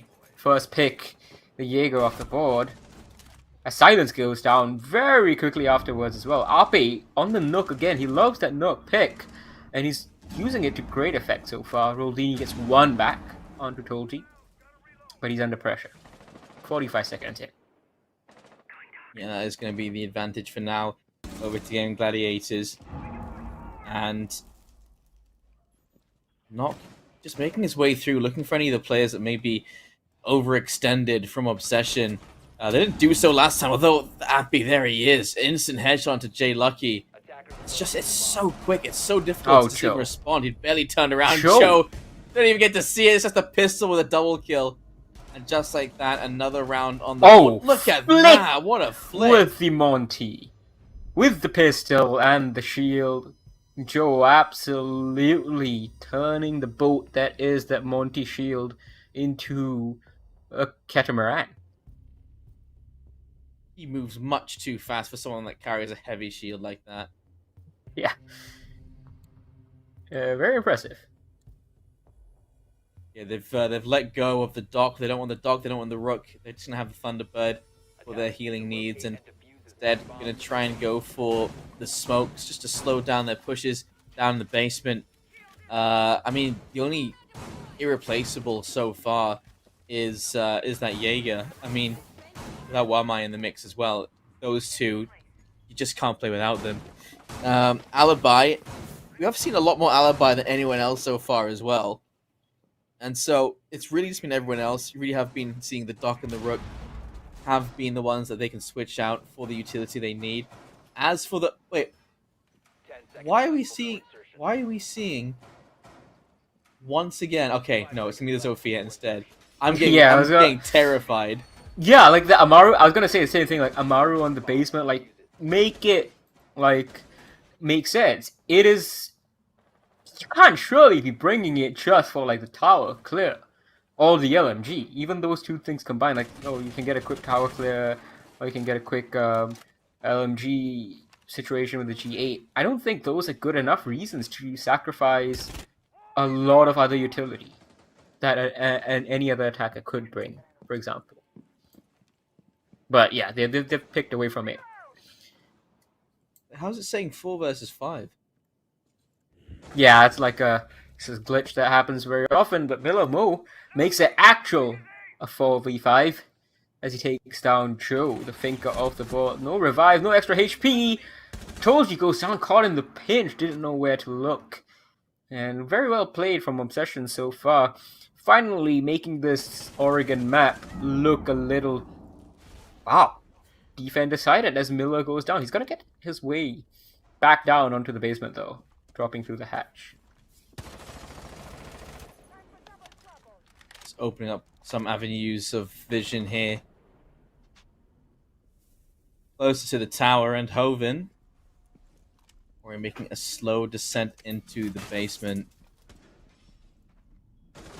And yeah, I mean, I would say this site is one of the most difficult to jump into, but Hoven is going to find something to start things off, of course. And, silence. Okay, I thought I was about to connect there. Hoven's going to find another one. This is back into a 2 versus 3.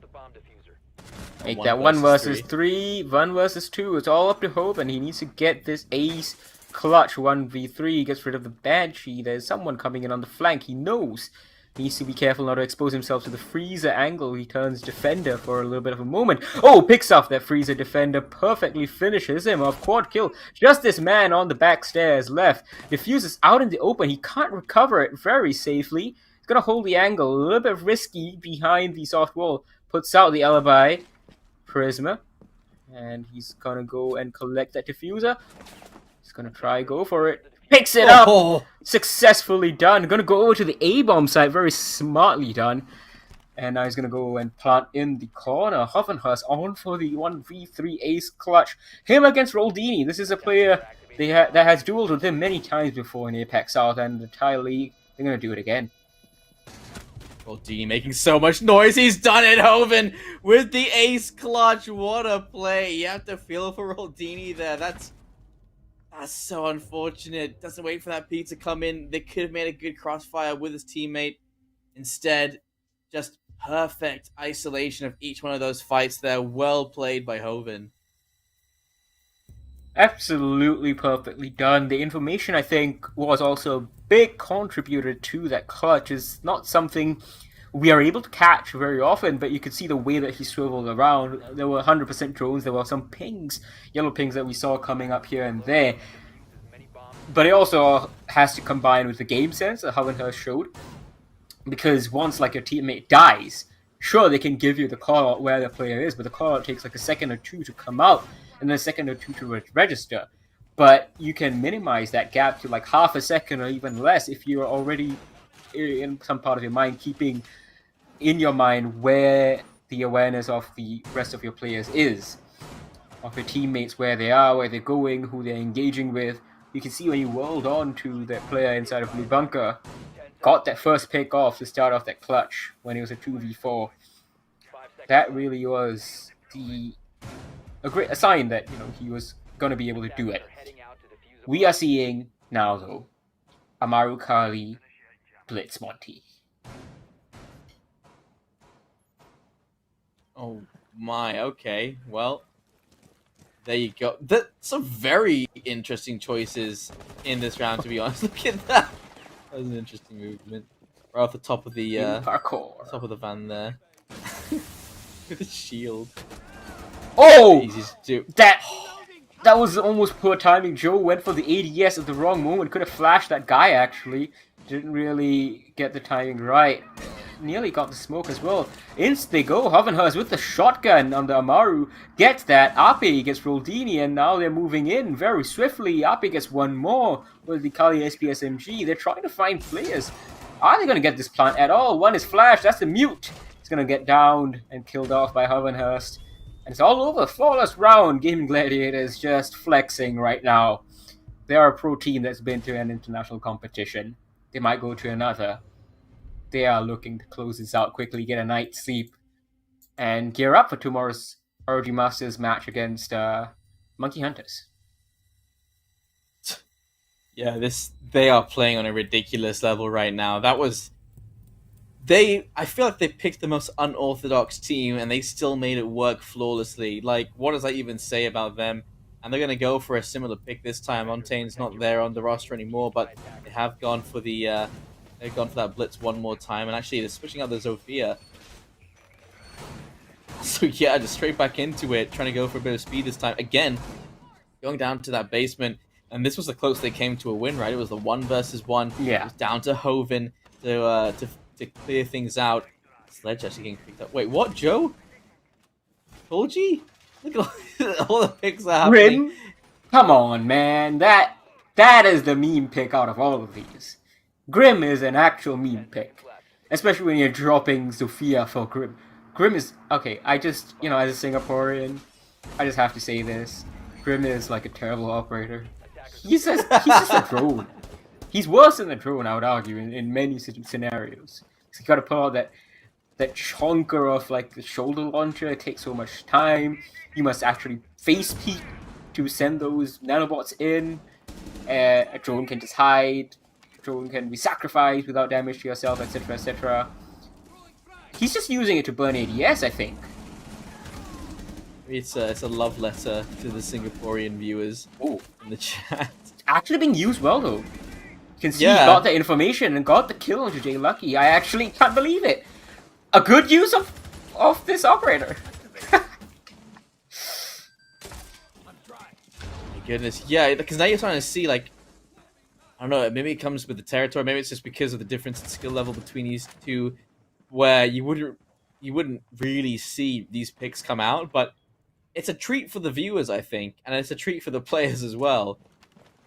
Just be able to have that confidence boost in yourself. And just AFK, he's chilling. Max, relax. Going for a little bit of a water break. Joe is taking a lot of damage with the fire. He needs to back on out of there. No Finker on board this time around. So they're not going to get that HP advantage back. Cannon Twy takes off Joe's head. Cannon Twy, of course, formerly from Elevate Academy. Ape what are you doing, man? Is he like, doing one of those challenges where, like, the rest of my team goes in and then I try make this thing work? It's 2v2 right now, but honestly, Rix is in a 1v2 right now. Don't know whether they're trying to give Rix the glory after Hovenhurst got some glory for himself in the previous attack here. Gets rid of those... Oh! Gets rid of those pop gun traps and then nails a shot onto Miller Mo. Oh, no. Confuses on the floor. He can't do it against Silence. And Ape... I don't know whether he's going to move. He is shooting. He is reloading. I don't know if maybe someone's reaching over to his like computer and just pressing the button. Maybe. I mean, they... Appy, come on! They were definitely stalling for Appy to get back in. Did he have to pee? Did he have to go number 2? Maybe that's what happened. If it's a number 2, he's not going to be back for the end of the round. Silence was still confused right now. He's like, yeah, Silence must be so scared. He's like, I only lost 1v1 here. What the hell is this guy? What's he doing? I don't hear a drone. I don't hear footsteps on my level above me. I'm just gonna hunker down. Where's Appy? Gone? There he is. For it? There he is. Yeah, I'm convinced at this point that someone's just pressing buttons on his side just to not get him kicked. I don't know, but Obsession gonna win a round on time somehow, and Silence will be very confused until he sees the VOD. Surely they call a pause. Are they allowed to take a pause if someone needs to go poo? I don't think they would be. Could be maybe a PC shutdown or something. No, but he's still connected to the game. Okay, he was shooting and like the Kali and now he's picking as well. Ooh, Appy, what was going on? What was that about? I'm convinced at this point Joe is just reaching over and just like moving his mouse and like clicking a bunch of stuff. Yeah, I reckon you're right. I'm actually... I wonder if you can spectate the Ape drone and see whether that's moving or not. Because that would be pretty funny to see.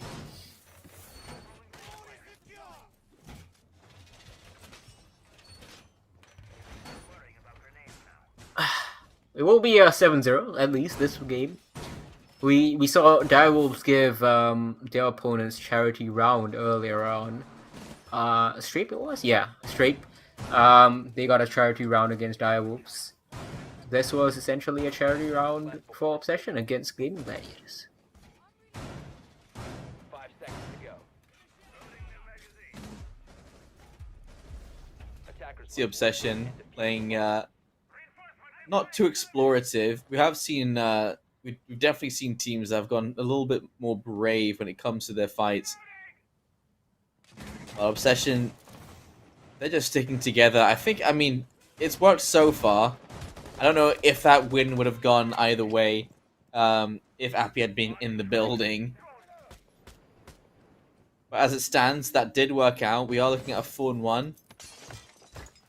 Oh, goodness. It's a little bit on better. A soft there wall. You go. As it should be. Cluster. No problem.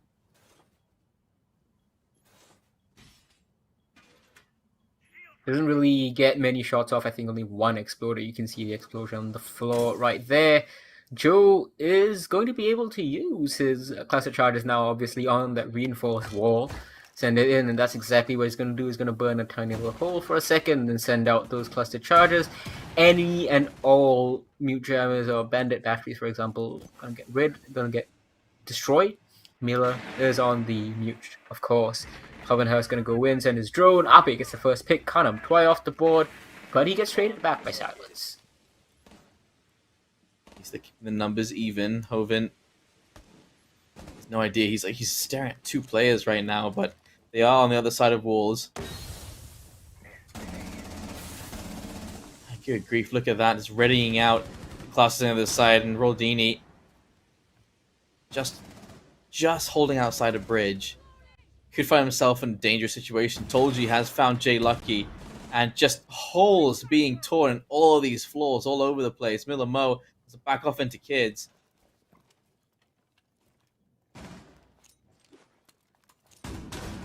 They are holding the angle on this player inside. Oh, does some damage to the Thermite as he rushes in. Rix, is he inhaling any of that smoke? He dodges the C4 as well. Havenhurst takes down Silence. The 6P41 sings from Joe, gets 2 kills after downing that player inside of Attic. Gets the second one as well, right in front of him as everyone rushes in amidst the chaos. GG are laughing. Ape is on his desk right now.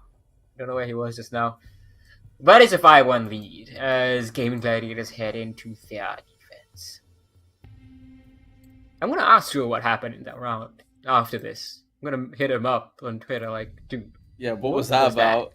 Who was moving? Where was Happy? We'll find out soon enough. 2 rounds to go for Gaming Gladiators. Obsession have to make up 6 if they want to try and win this. And now they're on the attacker side, maybe they stand a better chance. We'll have to see, because Gaming Gladiators, they've got all the right pieces here available for their defense.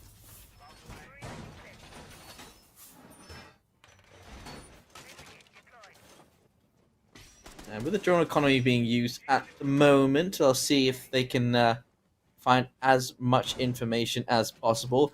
They're going for, I'd say that this is a, 10 seconds remaining. almost. I'm not used to seeing Finka used so much, but Zofia, Finka, Yana, and your Buck there as well. I think these are more sensible choices. We have seen some funny haha choices so far, and it's nice to go back to what you expect to see. Well, Gaming Gladiators looking to close this out, perhaps, or is Tolji now? I was gonna say, is Tolji AFK again, trying to give a freebie for his opponents. Punches in, goes out, and that's a perfect timing on Silence. Silence caught in the animation, of course, can't do anything but succumb to that run out. Perfect timing from Tolji. And that is the sign of things that you'll see even at the highest of levels.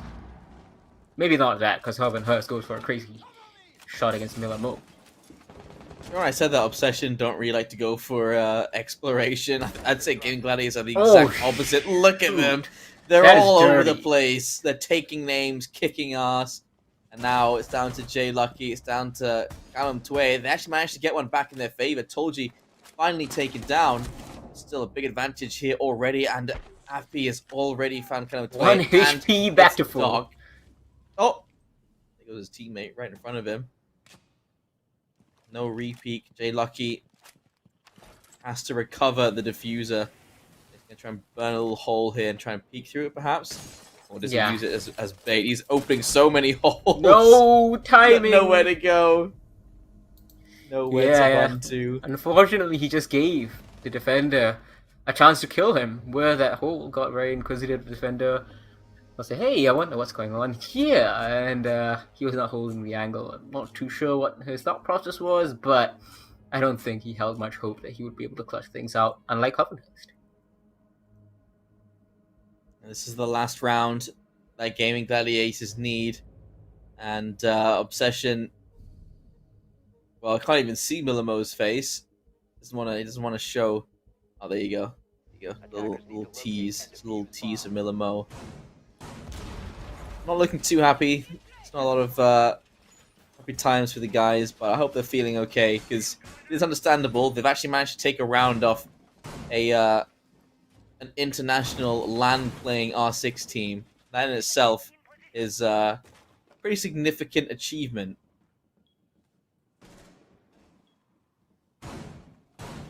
Apeda, chilling, inside of sight, nothing much to do. That's a dock, really. Not much you can do anyway, but he's not even deploying his barbed wire. GG don't need it. GG don't care. 5 seconds remaining. GG are chilling. Ape is going AFK very often. Wonder what's going on. It's like me alt-tabbing to watch like my Netflix in the background until like the action scene starts in ranked. Kind of what it feels like. Texting his girlfriend. It's like, yeah, Bangkok's cool. You wanna come join me?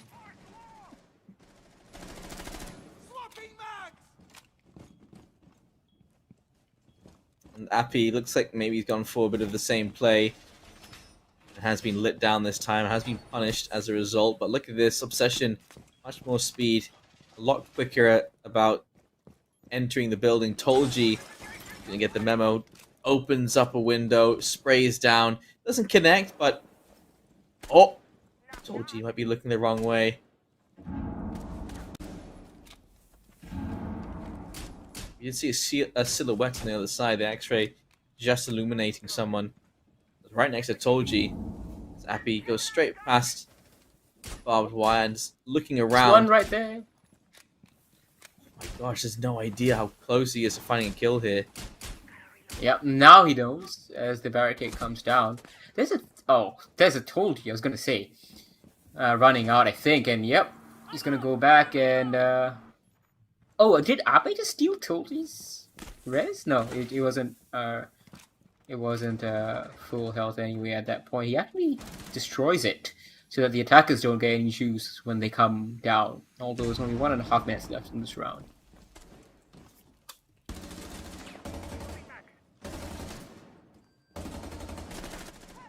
Attackers have located a bomb.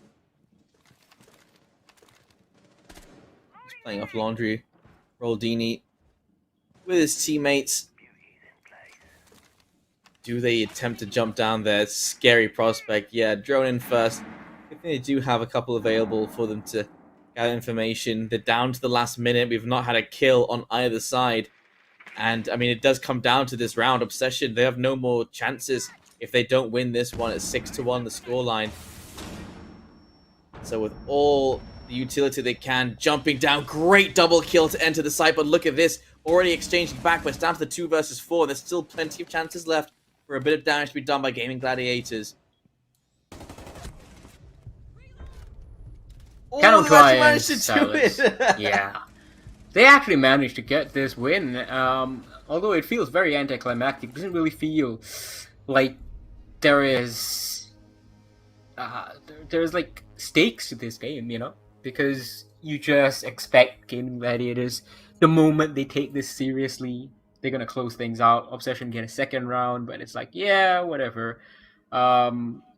It's just not really feeling like the most exciting of games. Though it will get exciting if Gaming Gladiators keep on underestimating or just keeping the foot off the pedal against Obsession. That was a good round from them. Outside. Yeah, they capitalized on what was put out in front of them, right? So you got to do at least that, and that's the only thing you can do. I mean, I like that kind of push as well from Obsession. We used to get a lot of it. It used to be very tiring. That you'd have teams, they wait until the last 30 seconds and then they'd push in. The 20-second meta. Good times. Yeah.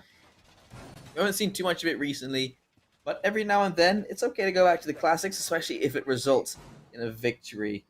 So kudos to Obsession there, getting themselves that second round against Gaming Gladiators. And, well, that's their improvement, I reckon. Improvement, but you have Ape going 10-3, Hovenhurst 11-4. They aren't able to keep those fraggers from GG under wraps for much. Trying to see whether GG can make this work out. Second attempt. No more dock on the side of Gaming Gladiators.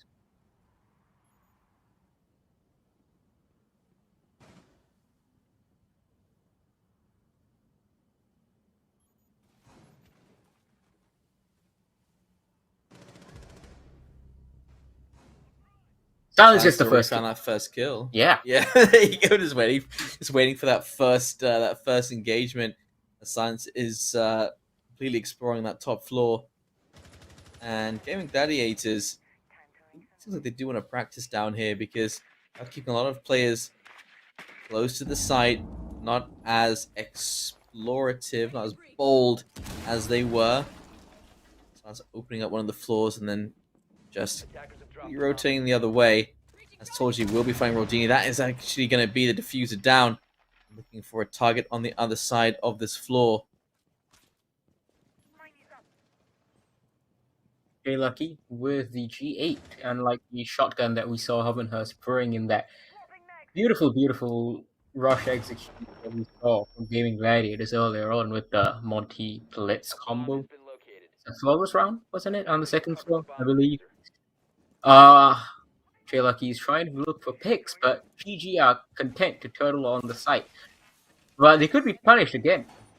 Just like Obsession did in the round. They know how to do it, they know how to bring that heat, that punishment. And GG putting everything on site gives a lot of time for Obsession to just set up for this push. This frag grenade is likely going to get a kill. Silences.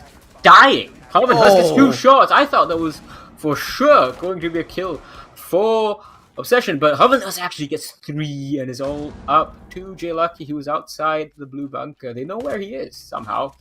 Harvard Husk pops Joe in the back of the head. He's having his fun. And someone drops from the outside, Toji. And of course, you know, Obsession, no, Gaming Gladiators are playing with their food. But Hovenhurst is still alive. 14 kills I saw to his Joe. name.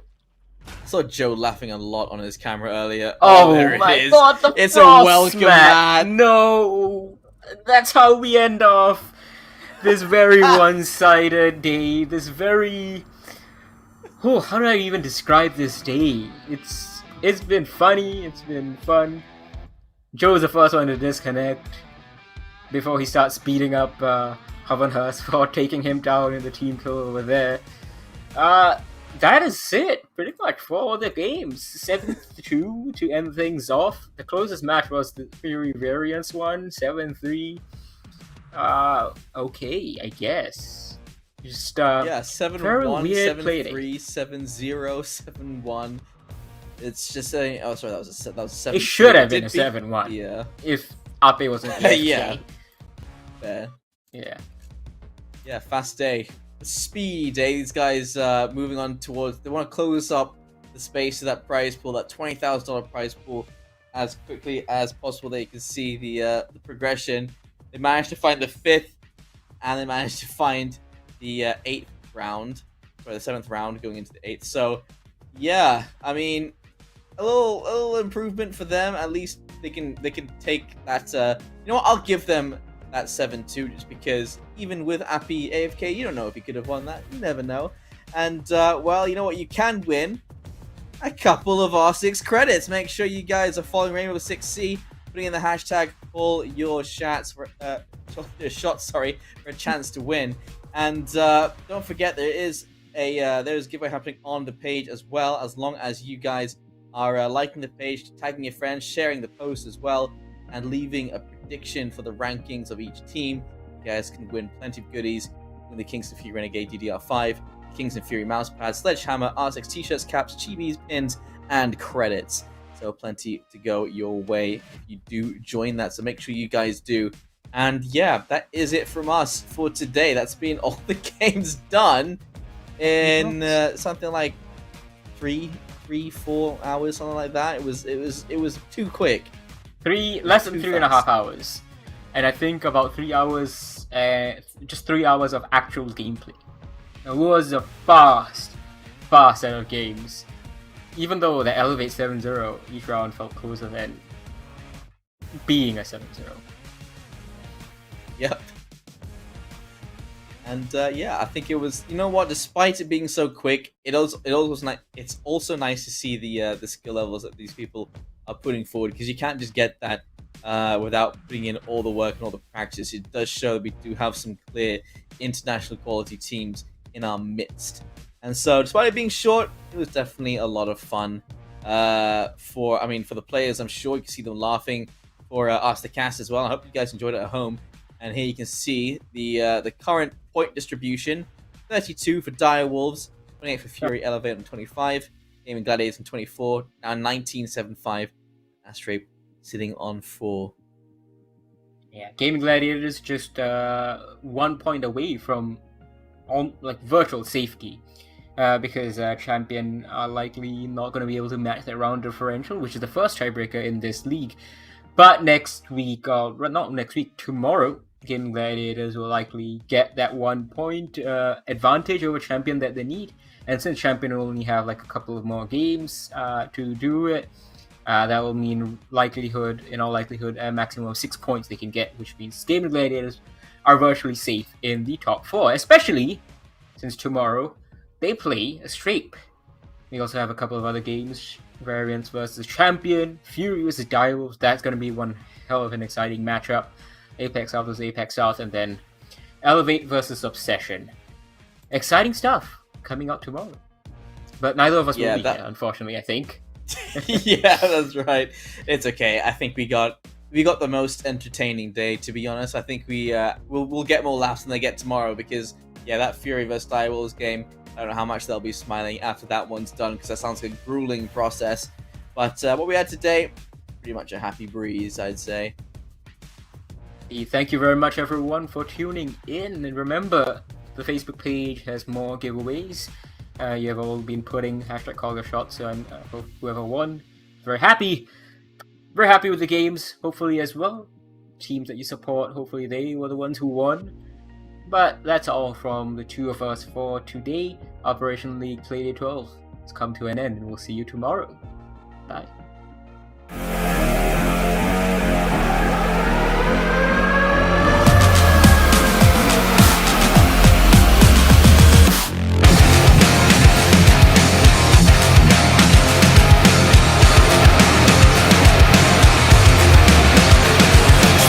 To the come on, it's the first page, but I shift the road up just like an earthquake. Still follow my dreams, even in the worst way. Still doing my thing, no break in my birthday. Take a long way home, had to lean on myself. Let's try to swallow me whole. Jump so high, it's not about a cushion in the next, but all about power through the struggle and the test. 38 in my lung, I can even breathe. Praying to the sky, even almost getting sick. I am who I am, even talking from the street. If it was a beef, they would turn me to the beast. Before getting caught up, I need to get caught out. Stuck in the cage, trying to find my way to broke out. Got a whole lot of pull now, I just need a boat out. One day on my shelf, all my tickets will be sold out. Used to be the kid, now I'm here the top. Hustle, pay the price, so we don't stop. Racing time, fighting with the clock. I'm a runner, played out from the start. Even if I'm starting to lose face, keep my head out, still going on my way. Call my own shots until I'm breaking. Get a move on until I make it. Ready for the ride, ready for the fight. I said I move too quick, don't last through the highlight. No time, I got no time. Road to the hilltop, always so rugged, so tight. Gamble with my life, hard to being on my own. Trying to stay in line, so I live it on my phone. You can find one of a kind person like me. Living in the moment, had to set my mind free. Cause over fear, anytime's near.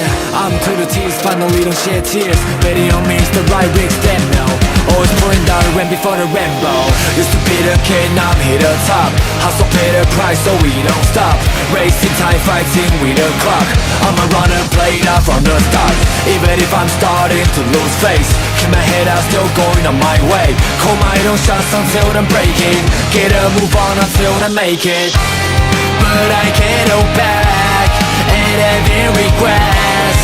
Hitting all the stacks, and that is why we're here. We're one gonna last. Tell me, what are you waiting?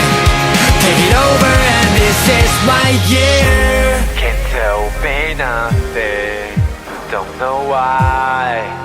I'm around for the long ride.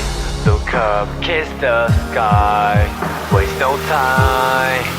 I'll be riding all my life. Used to be the kid, now I'm here the top. Hustle, pay the price, so we don't stop. Racing time, fighting with the clock. I'm a runner, played out from the start. Even if I'm starting to lose face, keep my head out, still going on my way. Call my own shots until I'm breaking. Get a move on until I make it. But I can't go back, and having regrets. Hitting all the stacks, and that is why we're here. We're one gonna last. Tell me, what are you waiting? Take it over, and this is my year.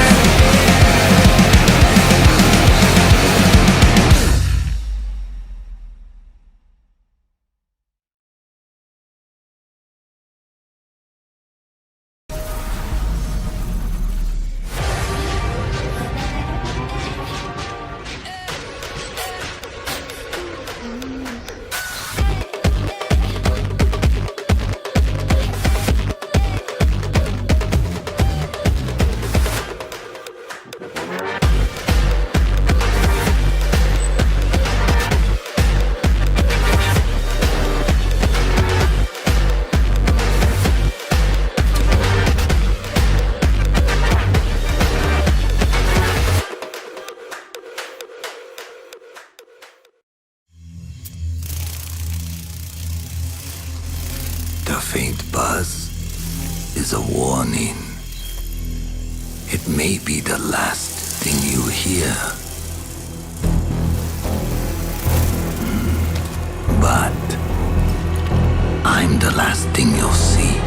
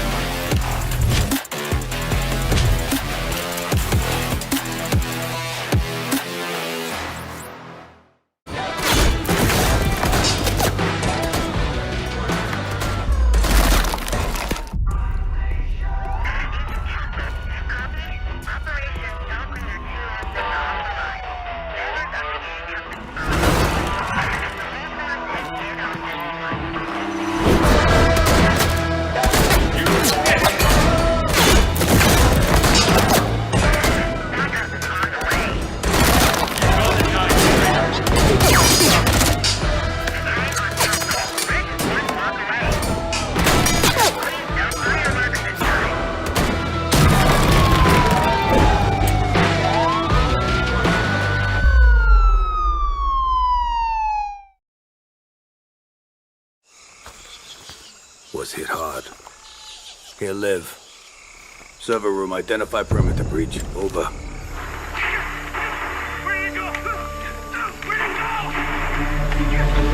Withdraw your men. Say again, Grim. I'm going in.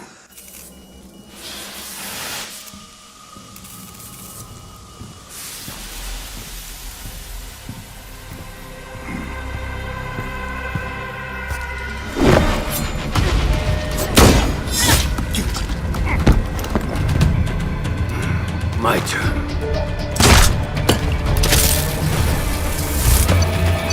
What's going on?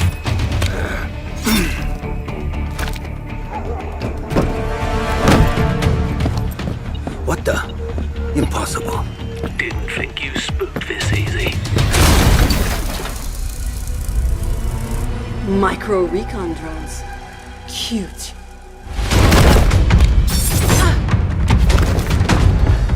You forgot this.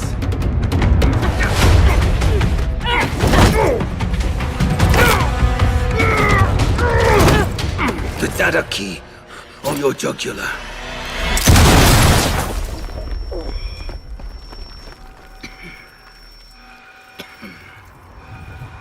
You were saying? What was on that server? QCR shipment records. Question is, who wants eyes on it? And why?